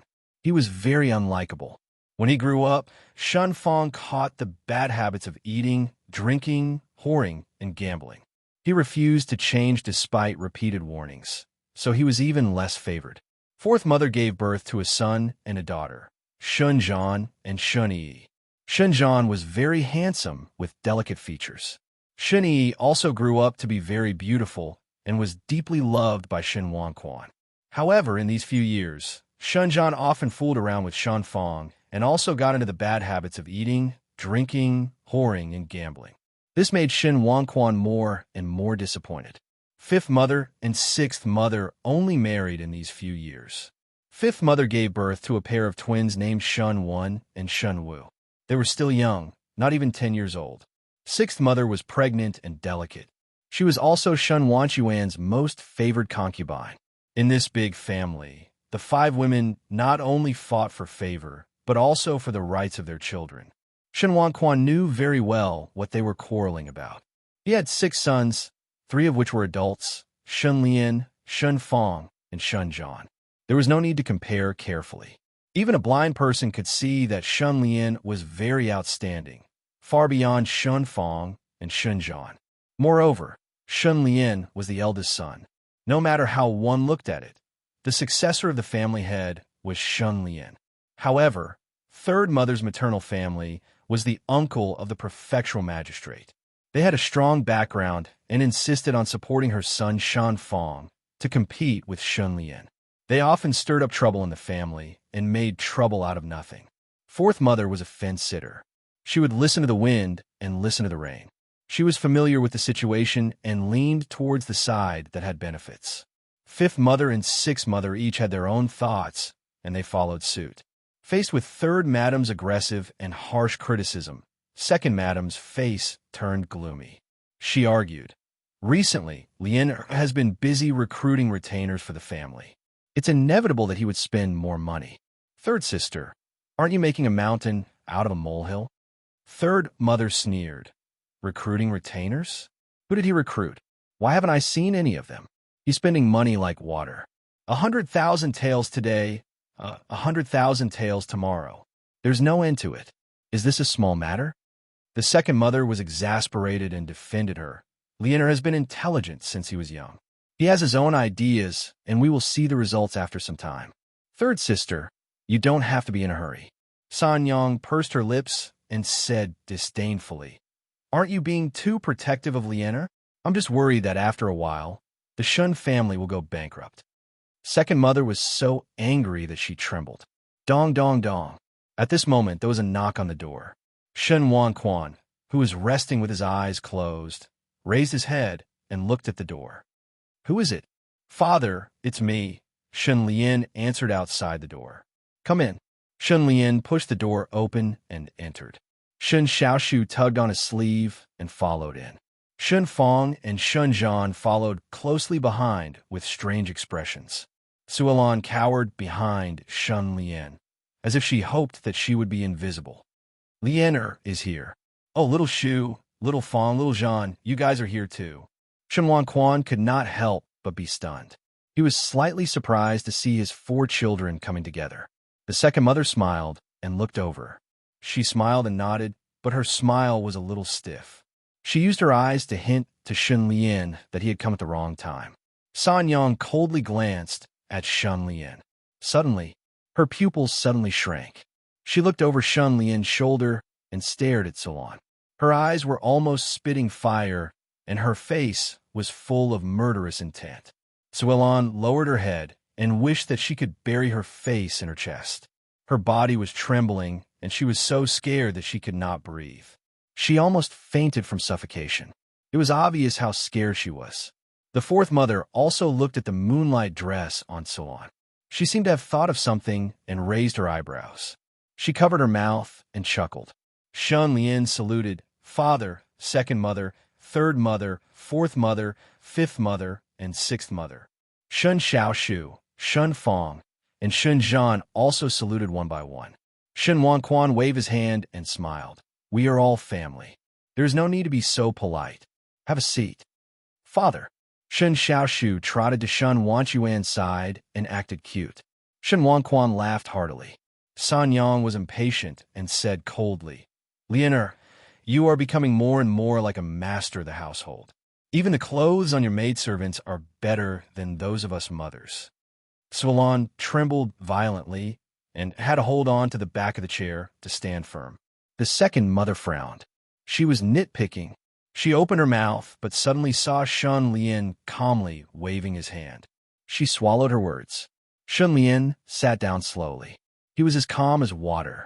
San Yang wanted to take away his power and take away his inheritance. It would be difficult to persuade her to give up. Shun Lian chuckled. San Yang has always been diligent and thrifty. She should be the role model of the Shun family. Since I took over part of the family business, I have been cautious and did not dare to slack off. I have gradually understood that it is difficult to start a business, but even more difficult to keep it. Shen Wanquan's heart trembled slightly. He said in surprise. Well said. It is difficult to start a business, but even more difficult to keep it. Lian well said. In his heart, Shun Lian had always been outstanding. Recently, he had spent more money than usual. However, compared to the other heirs of the big families, Shun Lian stood out. He never fooled around. His talent in poetry and literature, in particular, added a lot of glory to his reputation. San Yang snorted coldly. Lianer has always been good at poetry and literature. His eloquence is better than others. However, the Shen family is not a government family. We are a business family. Just because you're good at reading and talking doesn't mean that you can do well in business. Shen Lian said, San Yang is a person who understands the big picture. I admit that I'm not as good as you. In private, I have always taken San Yang as my role model. Especially recently, in order to deal with the family business, the expenses have been increasing day by day. This has made me anxious and unable to sleep at night. Only then did I know that it is easy to go from frugality to extravagance, but difficult to go from extravagance to frugality. San Yang's worries are not unfounded. Without discipline and diligence, the Shun family may go bankrupt. After learning from this painful experience, I have decided to learn from San Yang. I will lead the way to promote the great spirit of hard work and simplicity. It starts with me. He turned to Shun Wanquan with a sincere expression. Father, I hope that you will take back my right to withdraw the family's money at will. At the same time, I am willing to donate all my monthly allowance to set up a crisis fund. Although my monthly allowance is small, as time goes by, a little makes a mickle, and sand accumulates into the sea. The crisis fund will continue to increase. In the future, if the family is in trouble and has no money to use, the crisis fund will be our family's last line of insurance. Shin Wanquan raised his eyebrows and said, Donate all of it. This was obviously not realistic. Shun Lian was the eldest son of the family. How could he not spend money to welcome and send people off? Shun Lian nodded and said, Donate all of it. Not only that, I suggest that everyone's monthly allowance be halved. The remaining half will be deposited into the crisis fund. He stood up and walked toward Second Mother. He asked, Second Mother is good at managing the family. She has endured hardships and should have enjoyed more happiness. However, San Yang's words are too reasonable. We have to think about the future. You won't object to my suggestion, right? Second Mother smiled and nodded. Managing the family diligently and thriftily is everyone's responsibility. Lian Er's suggestion is very good. I agree. Shun Lian suddenly walked towards Fourth Mother. His gaze was like a tiger, majestic like a mountain. Fourth Mother, you won't object, right? Fourth Mother was shocked. She was a fence-sitter who bullied the weak and feared the strong. In a panic, she blurted out, Of course. Shun Lian turned and walked towards Fifth Mother. What do you think, Fifth Mother?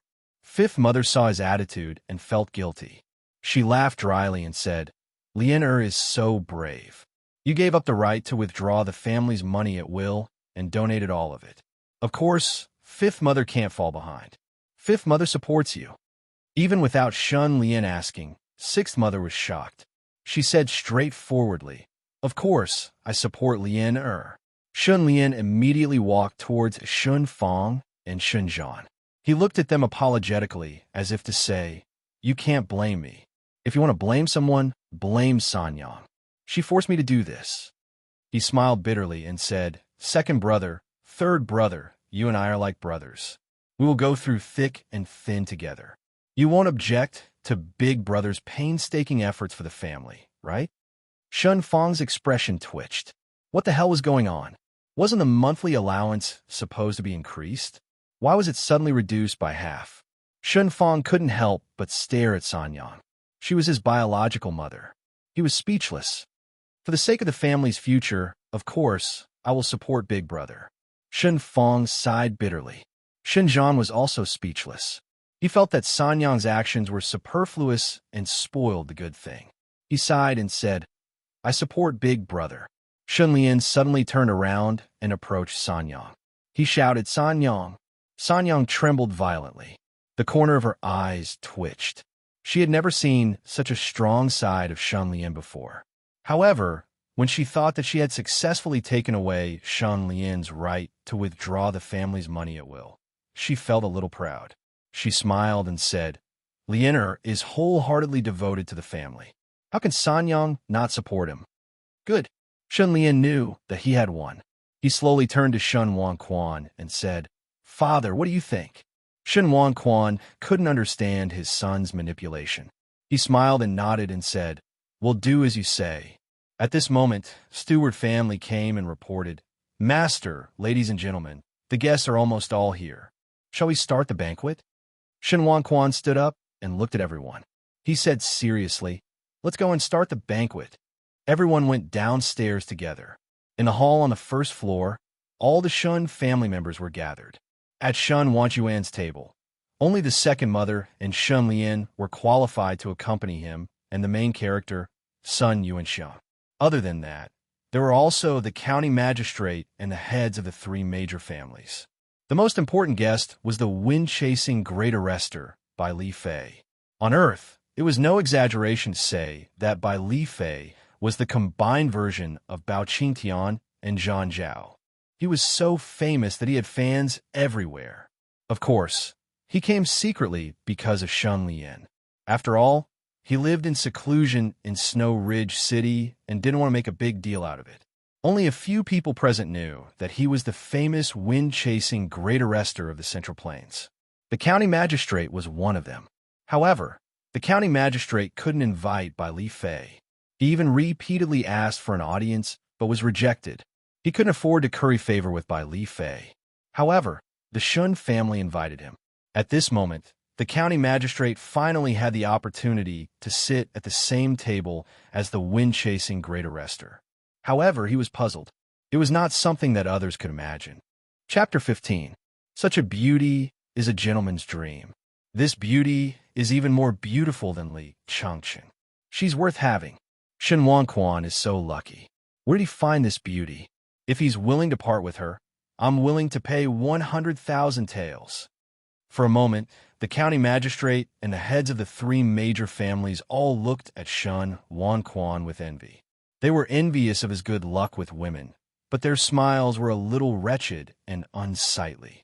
Shen Wangquan looked straight ahead. He stood up and pressed his hands together. When the hall quieted down, he began to give a welcoming speech. After that, the banquet began. Everyone toasted each other and ate and drank. After 3 rounds of wine and 5 dishes, a storyteller walked out of the stage next to them and knocked on the gavel. The hall quieted down, and everyone pricked up their ears. In this ancient world, storytellers were like Wi-Fi with their own reward system. Listening to their stories was a favorite way of entertainment. Ladies and gentlemen, today's story is The Northern Snow Wolf broke into the thieves' den and Ghost Headblade Guanchao was killed. Speaking of this Northern Snow Wolf, he is truly a man of steel, a peerless hero, a righteous man, a true man. The storyteller spoke tirelessly. When it came to killing Guanchao, the Shen Lian was replaced by Sun Yuanxiang. Also, Lu Rui and the others were replaced by innocent girls. In particular, this storyteller was called Pang Chung. He was famous in the local area.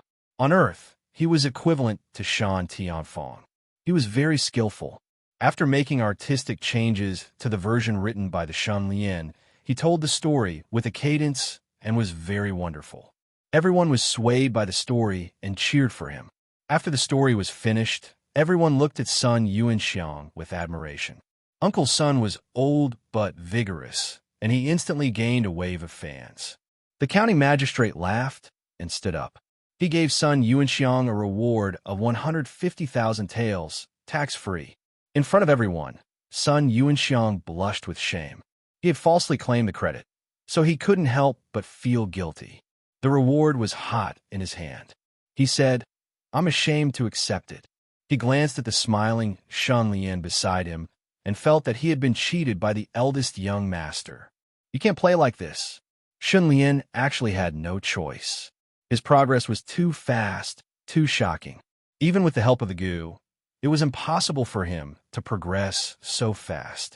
It was fine if ordinary people didn't know about it, but those goo masters who played with goo were different. They were likely to notice his abnormality. Once they found out that he had such a powerful goo like the Life Twister goo, they would definitely be killed. He had no choice but to be low-key. Lu Rui had a strange expression on her face when she saw this. Her eyes flickered, and she suddenly approached Shun Lian. She whispered, "When a matter is done, you leave in a huff, hiding your identity and reputation." Benefactor's poem is like the person himself. This concubine admires endlessly. She had seen Shun Lian's poetry collection at Ernyang's place, and it was truly amazing. She had memorized the beautiful lines in the collection. Today's situation and scene made her deeply moved, and she admired Shun Lian's character even more. "Actually, I just want to keep a low profile before I become stronger." Shun Lian touched the tip of his nose. Of course, he didn't say this out loud. He only smiled faintly and declined to comment. At this time, Shun Wanchuan's expression turned solemn. He turned to Lu Rui and said loudly, "Everyone, let me introduce you. This is Wan San's wife, Lu Rui." "What, Wan San?" "Wan San. Is he referring to the wealthiest person in the north, Wan San? So she is Lu Rui. No wonder she is so beautiful." Wasn't Lu Rui missing? Why did she appear in Shin family? The moment Shun Wanquan finished speaking, the entire hall burst into an uproar like boiling water. The county magistrate and the three clan heads' smiles froze, and they instantly broke out in cold sweat. They hurriedly put away their vulgar expressions and sat upright. They looked straight ahead and were serious, not daring to offend in the slightest. F***CK. If Wan San knew that we stared at Lu Rui so impudently, we would have to gouge our eyes out to apologize. Sigh, Shin Wanquan, this bastard, why didn't he inform us in advance? He made us look bad. Damn it, since when did the Shun family have anything to do with Wan San? The four of them were embarrassed and sweating profusely. Their embarrassed looks made Shun Wanchuan's mouth twitch. He pressed his hands together and said loudly, "Half a year ago, Madame Wan met an otherworldly expert by chance. She discovered that she had an extraordinary constitution, extraordinary talent, and wisdom. She was truly a rare genius. So she took her as her disciple and hid in the misty snow mountain north of Snow Ridge City to focus on enlightenment and cultivation. Now that she has achieved great merit, she has broken out of seclusion." This was also made up by Shun Wanquan. As he spoke, a servant brought over a broadsword. Sun Yuanxiang stood up, picked up the broadsword, and slashed at Lu Rui's head. "Ah!" everyone exclaimed. The county magistrate was scared half to death. If Lu Rui died in front of him, he could forget about staying in the north. His official career would end there. However, with a loud bang, the broadsword strangely shattered. Lu Rui did not move and was unharmed. Everyone was astounded when they saw this scene. "Everyone, you've seen it. Madame Wan has achieved great success and is invulnerable. No one can hurt her." Shun Wanquan was also shocked. No matter how many times he saw it, he was still amazed. The reason for this show was Shun Wanchuan's idea, and Lu Rui had agreed to cooperate. As for the reason, it was to help Lu Rui return to the Wan family. In this era, a woman's chastity and reputation were extremely important. If people knew that Lu Rui had been a bandit's wife for half a year, who would believe that she had not been raped by Guan Chao? Ordinary people did not know what venomous insects were. It was even more difficult to believe that she and Wan San had an unswerving love. Rumors could kill, and public opinion could turn into deadly violence at any time. Lu Rui's experience was tantamount to making Wan San cuckold. The consequences were unimaginable. The moment Shun Wanquan rescued Lu Rui, he decided to hide the fact that she had been kidnapped by Guan Chao. Of course, one of the reasons was to successfully obtain Wan San's reward of 1 million yuan. This was the real purpose of this family banquet. In the blink of an eye, the district magistrate, the three big families, and everyone else present were moved. Their emotions were in turmoil, and their expressions were different. They suddenly realized that the Shun family was in luck. They had established a relationship with Wan San. Using the family banquet as an excuse, they were actually spreading the news and had a strong momentum. At this moment, Lu Rui stood up and bowed slightly to everyone. She smiled and said, I followed my honored master to cultivate divine skills in the arcane realm. After I succeeded, my honored master traveled far away. When I walked out of the arcane realm, I found myself in the misty snow mountain deep in the clouds. Later on, I met young Master Lien from the Shun family. With his help, I came to Snow Ridge City. I am very grateful to the Shun family for taking care of me for so many days. Here, I propose a toast to Master Shun and young Master Lien. She downed a cup in one gulp. At the table next to them, Fourth Mother's eyes flashed. She nudged Third Mother with her elbow and whispered, Third sister, Shin Quan suddenly spent so much money, but I have never heard of him drinking, whoring, or gambling. What do you think he spent the money on? Third Mother's heart skipped a beat. She could not help but stare at Lu Rui. Suddenly, an ominous feeling arose in her heart. After that, the atmosphere of the family banquet was harmonious. Everyone came satisfied and left satisfied. Only Third Mother felt uneasy. A few days later, it was the end of the month. According to the usual practice, the accountant would give out the next month's monthly allowance on the last day of each month. On this day, the entire Shin family was in an uproar. The monthly allowance is halved. Why? The Shin family's income is rising day by day. Why is the monthly allowance decreasing instead of increasing? The Shin family's monthly allowance was the least among the four big families. Now it's halved again. What is the meaning of this? Everyone was angry. Everyone was furious. Third Mother's maid, Biluo, was in charge of managing Third Mother's private savings. Receiving the monthly allowance was one of her jobs. Biluo went to the accountant's office. As expected, the monthly allowance had been halved. She asked around and found out that the accountant had received a ban from the master of the house. Master Lien could not receive a single cent. Third Madam, I have received my monthly allowance. Biluo ran back happily. Third Mother was lying on her side. Maid Biluo was gently massaging her swollen forehead. Hearing this, she opened her eyes and asked anxiously, Did the master ban him? Biluo nodded. Congratulations, Third Madam. Master Lien should be penniless now. Third Mother let out a long sigh of relief. She could not help but smile and laugh. She was worried that Shun Quan would be soft-hearted. She did not expect the master to really ban Shun Lien's authority. It seems that the master still cares about me and Fong Shun Lien, that wastrel, caused his mother's death. You should have been chased out of the house long ago. Third Madam is right. How can Master Lien be compared to Master Fong? The maids were all obedient. At this moment, Shun Fong walked in with a bitter face. His expression was extremely gloomy. Fonger, this is great news. Third Mother danced excitedly. Shin Fong huffed and glared at her. My monthly allowance has been halved. What is this great news? Third Mother was extremely proud. Monthly allowance is nothing. Your father has finally given up on the Shun Lien. As long as you perform well, the position of the master of the house will be yours. Shindida shook his head and sighed. Mother, stop dreaming. You've offended someone. Offended someone? Who did I offend? Everyone in the Shun family is scolding you behind your back. Third Mother blinked and scolded. Nonsense. Do they have nothing better to do? Why are they scolding me? Shin Fong was speechless. Mother, everyone is saying that it was you who insisted on promoting the great spirit of hard work and simplicity. That's why the monthly allowance was halved. You have caused everyone to suffer. Third Mother was stunned, completely stunned.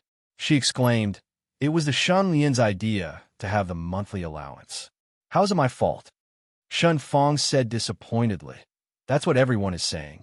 No one is blaming the Shun Lien. It's all your fault. Third Mother was suddenly afraid. She felt that the Shun Lien had dug a big hole for her, and she had jumped into it. What a deep hole. The monthly allowance came from the accountant's office.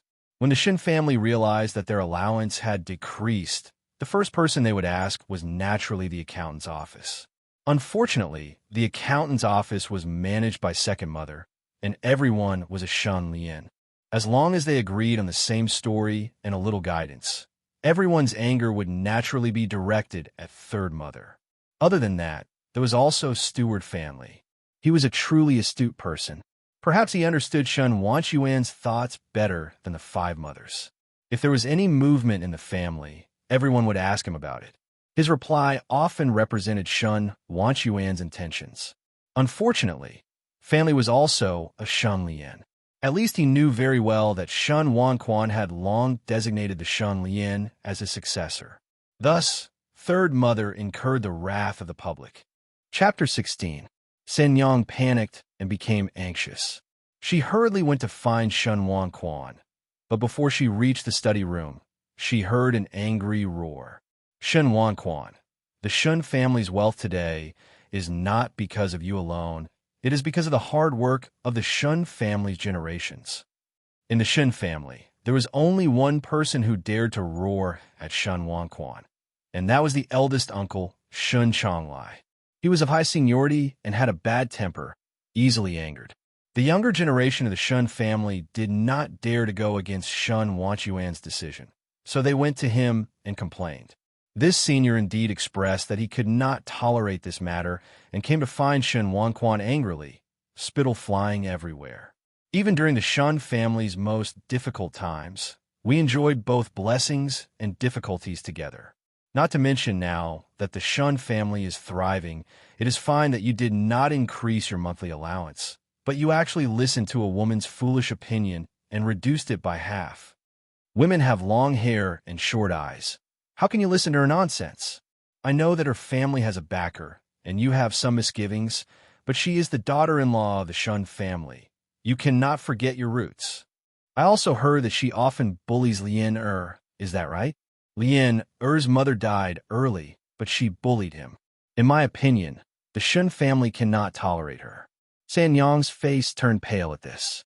Shin Changlai wanted Shun Wanquan to divorce her. Plop! San Yang rushed into the study room and knelt on the ground, her forehead touching the floor as tears flowed down her face.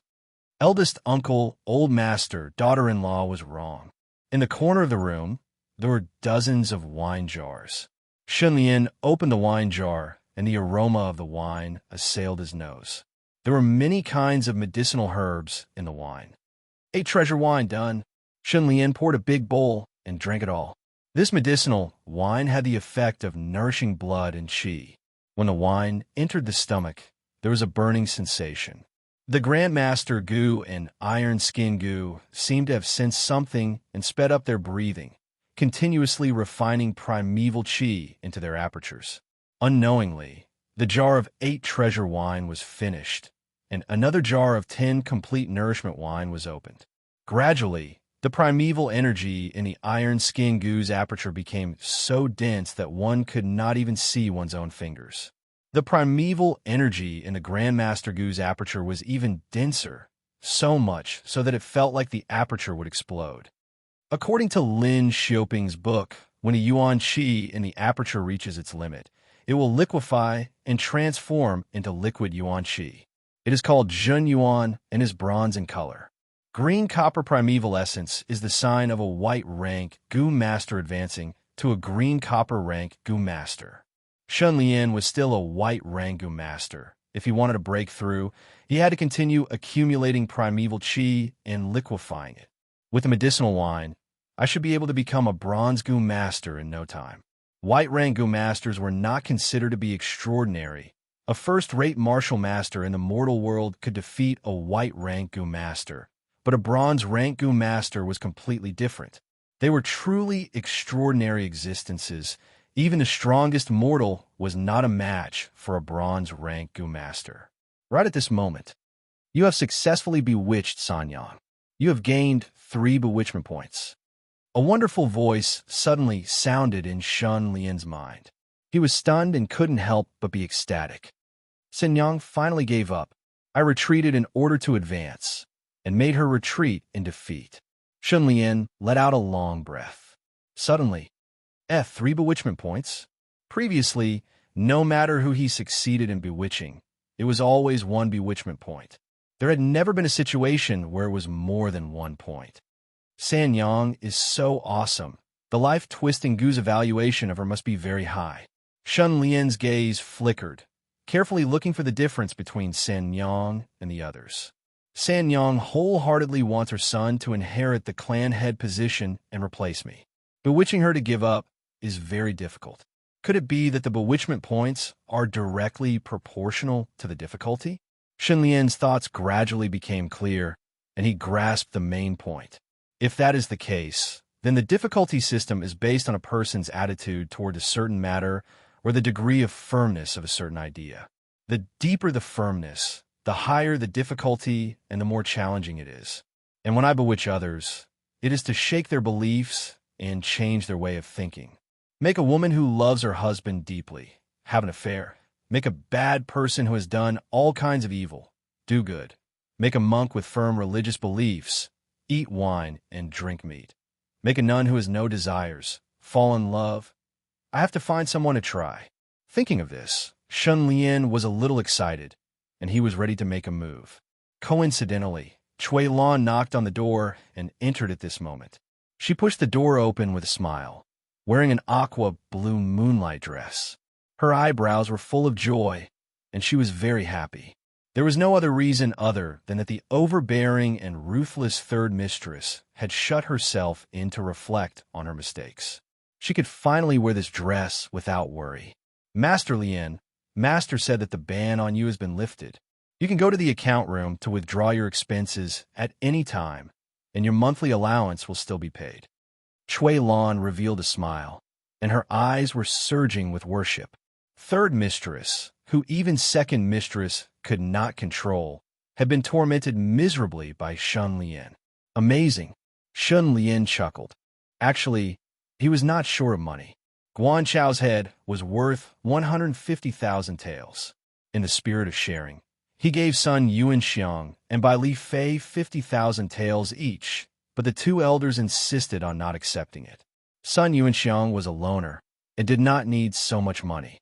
Bai Li Fei was wholeheartedly training Shen Lian, and he was not short of money either. Therefore, Shen Lian had 150,000 taels left. He did not expect San Yang to admit defeat so quickly. If he knew that Shan Wanquan almost divorced San Yang, he would not be so surprised. Okay, I know. Shen Lian pondered, raised his eyebrows, and asked, Cui Lan, what animal are you most afraid of? Cui Lan was stunned and did not know why Shen Lian asked this. She thought for a while and said, It should be snakes. I have been afraid of snakes since I was young. If there is a snake that does not bite people, do you dare to pick it up? I don't dare. Great. Shen Lian's eyes were bright, and he stared at Cui Lan. He said, Master, I want to raise a pet snake. For me, are you willing to overcome your fear? Cui Lan's delicate body trembled, and she slowly raised her head. In an instant, she met Shen Lian's eyes. Her eyes gradually showed a touch of determination, as if she was responding to Shen Lian's expectations. I am willing. After that, Shen Lian really bought a pet snake, a mini green snake. It was only as long as a palm and as thick as a pinky finger. At first glance, it looked very silly and cute. Shen Lian held it in his hand. The little green snake trembled, and its tongue flicked, gently coiling around his finger. It was very soft, and there was no sense of strength in it. Cui Lan, you try it. Shen Lian handed the little green snake over. Cui Lan held her breath. She held up her hands, and the little green snake slowly crawled over. The moment it touched her fingers, her body tensed up, and she closed her eyes. She only felt a slippery feeling on her hand, and the cold touch made her body stiff, and her emotions fluctuated violently. From Master Lian, after some time, she opened her eyes and saw the little green snake quietly nestled in her palm. Just like when she had nightmares, it always liked to curl up. It seems to be trembling. Cui Lan's heart skipped a beat. She just realized that the little green snake was so weak. It was also afraid of the world, afraid of herself. For a moment, Cui Lan felt a great sense of absurdity. After being in a deadlock for a while, she suddenly had a great amount of courage. She carefully raised her hand and gently stroked the little green snake. You have successfully bewitched Cui Lan. You have gained 3 deceptive points. A strange voice sounded in Shen Lian's mind, and his eyes shone brightly. Just by helping Chui Lan overcome her fear, I can gain 3 deceptive points. If I bewitch an old monk to break his sexual abstinence, then... Chapter 17. A few days later, the person sent by Wan Sanyi to bring Lu Rui home had arrived. There was only one person. It was a woman. She was not young, around 40 years old. She did not look good. Lu Rui knew her. Her name was Yu Manxiu, and she called her Sister Yu. In the living room, Shun Wanquan, second mother, and Shun Lian were accompanying her. Madam, Wan Sanyi missed you so much that he became ill. He could not eat or sleep well for half a year and became thinner day by day. You don't know how happy he was when he heard that you were still alive. Yu Manxiu held Lu Rui's hand and sighed, showing the joy of reuniting with a good friend. Lu Rui rubbed her teary eyes and sighed. I also miss Sanyi all the time. Unfortunately, I was in the thieves' den, and every day felt like a year. Fortunately, Mr. Lien saved me, and I regained my freedom. Yu Manxiu had read the letter Lu Rui sent to Wan Sanyi. She understood the cause and effect of the matter and Shun Lian's brilliant idea to protect Lu Rui's reputation. She could not help but nod and turn to Shun Lian, smiling. Sanyi is grateful for Mr. Lian's righteous act. Whether it was saving Madame or protecting Sanyi's and Madame's reputation, you handled it well. Sanyi admires you very much. As she spoke, she took out 3 banknotes and handed them over. They were banknotes from Tongyin Bank with a denomination of 1 million. 3 banknotes were worth 3 million. This is a small token of appreciation from Sanyi. Please accept it.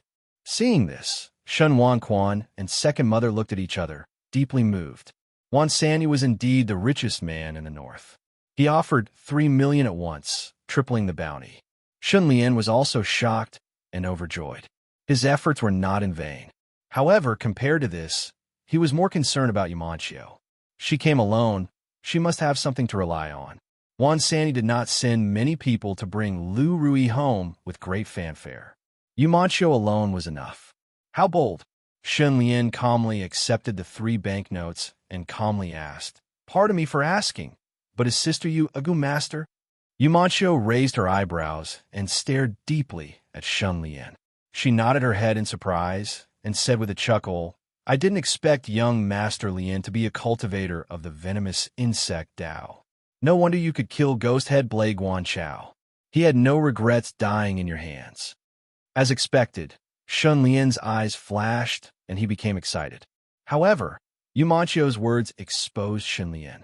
Only now did Shun Wanquan and second mother realize that Shun Lian had silently become a Gu master, and Guanchao was killed by Shun Lian. The one who entered the thieves' lair alone was not Uncle Sun, but Shun Lian. The shock in his heart could be imagined. For a moment, the two of them were dumbfounded. They stared at Shun Lian in disbelief, waiting for him to give an explanation. Shun Lian sighed in his heart. Forget it. The fact that I am a Gu master will be exposed sooner or later. It's better to let father and second mother be mentally prepared. Shun Lian smiled at father and second mother, then turned to Yu Manxiu and asked with a smile, Sister Yu, I have just entered the sect and lack experience. I wonder if you can give me some information about the world of Gu masters. What is it like? Yu Manxiu pondered for a moment and sorted out her thoughts. She slowly said, The world of Gu masters is very complicated and cannot be generalized. I will give you a brief introduction from the relationship between Gu and Gu masters. The relationship between Gu and Gu masters? Gu masters raise Gu, refine Gu, and use Gu. On the surface, it seems that Gu are like mistresses, but this is actually a very superficial point of view. Gu, according to the relationship between Gu and Gu masters, can be divided into 3 types: bloodline Gu, inheritance Gu, and other Gu. Bloodline Gu, as the name suggests, is a Gu that binds with a certain clan's bloodline. The bloodline fuses and is passed down from generation to generation. This kind of Gu can only be refined by the clan's bloodline, and the difficulty of refining is very low. The denser the bloodline, the easier it is to obtain the Gu's approval, and the power produced by activating the Gu will also be stronger. Once a clan has a bloodline Gu, it will be passed down from generation to generation. Even if the person dies, the goo will live on. The bloodline goo will continue to evolve over a long period of time. Thousands of years, tens of thousands of years, becoming stronger and stronger. The later bloodline host will benefit from this and can easily become a tyrannical goo master. This kind of clan is called an aristocratic family. Aristocratic families are the strongest forces in this world. It can even be said that this world is ruled by the aristocratic families that control the bloodline goo. They are very mysterious and rarely seen. They spend their whole lives raising goo, refining goo, using goo, researching and developing the power of the bloodline goo. They rarely move about in the world, and mortals rarely have the opportunity to see their true appearance, let alone come into contact with them. Shunlian was astonished and had his horizons broadened. He had met a total of 3 goo masters. Lin Xiaoping was unwilling to talk about it. Lu Dahu only had a smattering of knowledge about the goo master world and did not speak in detail. This sister Yu in front of him was someone who had truly gone deep into the goo master world and had a deep understanding of it. He could not help but listen attentively. Let's talk about the inheritance goo.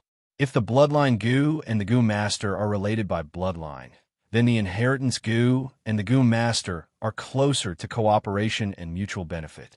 The goo and the goo master sign some kind of contract. The goo master will provide the goo with what it needs, and the goo will bestow strength to the goo master.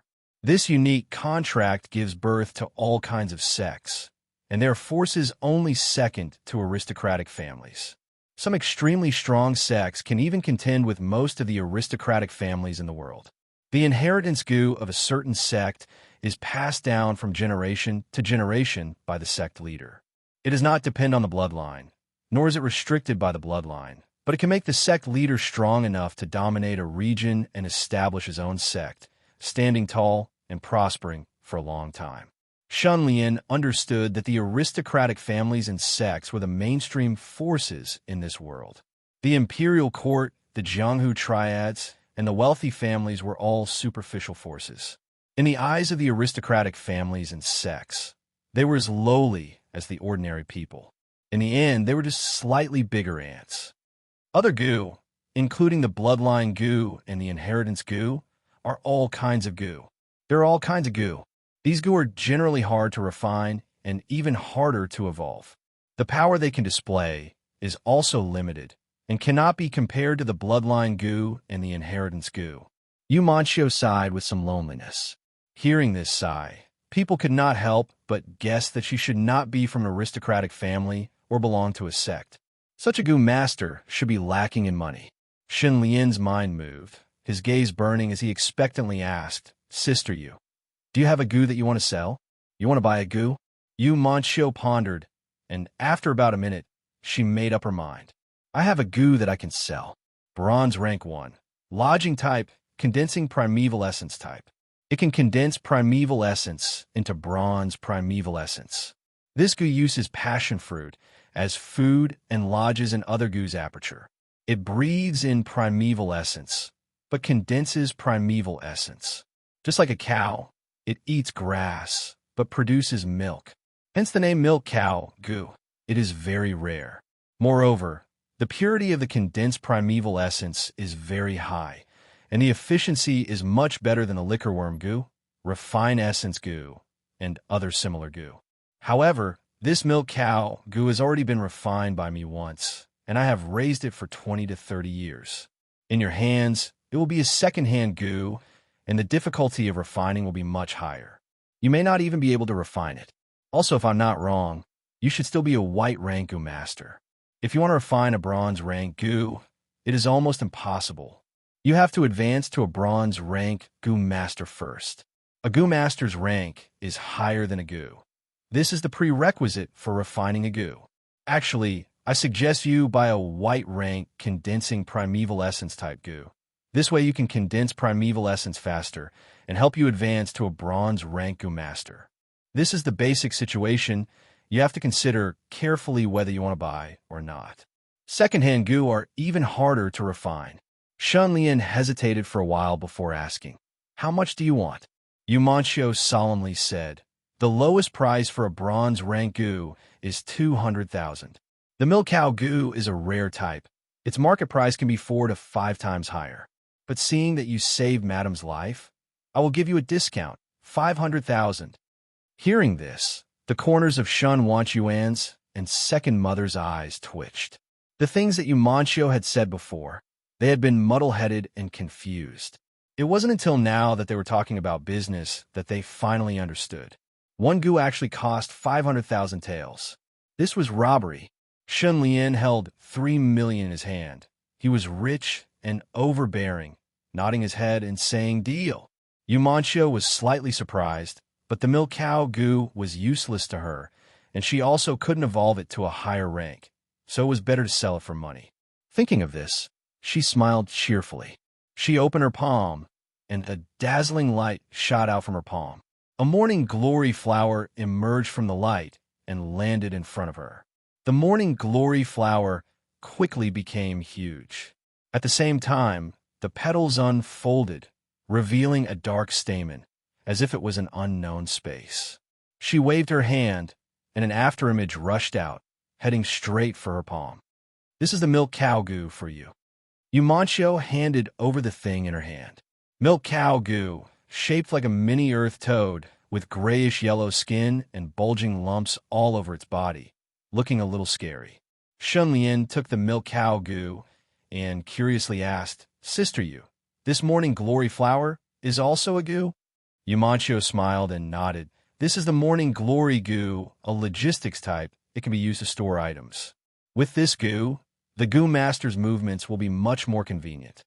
Shun Lian couldn't help but show an envious expression. One hand for the money, the other hand for the goo. Yumanchio turned to Lu Rui and said, "Madam, if there is nothing else, we will go back now." Lu Rui nodded and stood up, thanking Shun Lian's family again and again, before saying goodbye with tears in her eyes. "Madam, I will immediately activate the teleportation goo and directly teleport you and me to Ronghua City's One Clan. Close your eyes." Yumanchio put her hand on Lu Rui's shoulder, and Lu Rui closed her eyes. A moment later, a bright light burst out from Yumanchio's body, forming a huge, oval-shaped light film that enveloped her and Lu Rui. In the next moment, they suddenly disappeared from their original spot. Teleportation goo. Shun Lian suddenly realized, no wonder Yumanchio alone was enough. It turned out that she had a strange goo that could teleport a living person 3,000 miles away. It was awesome. Shun Wanquan and Second Mother were shocked speechless. What they saw and heard today was beyond their imagination, even subverting their worldview. What is this? Shun Lian suddenly found a letter on Yumanchio's seat. It seemed she had left it behind. There were 4 words written on the envelope.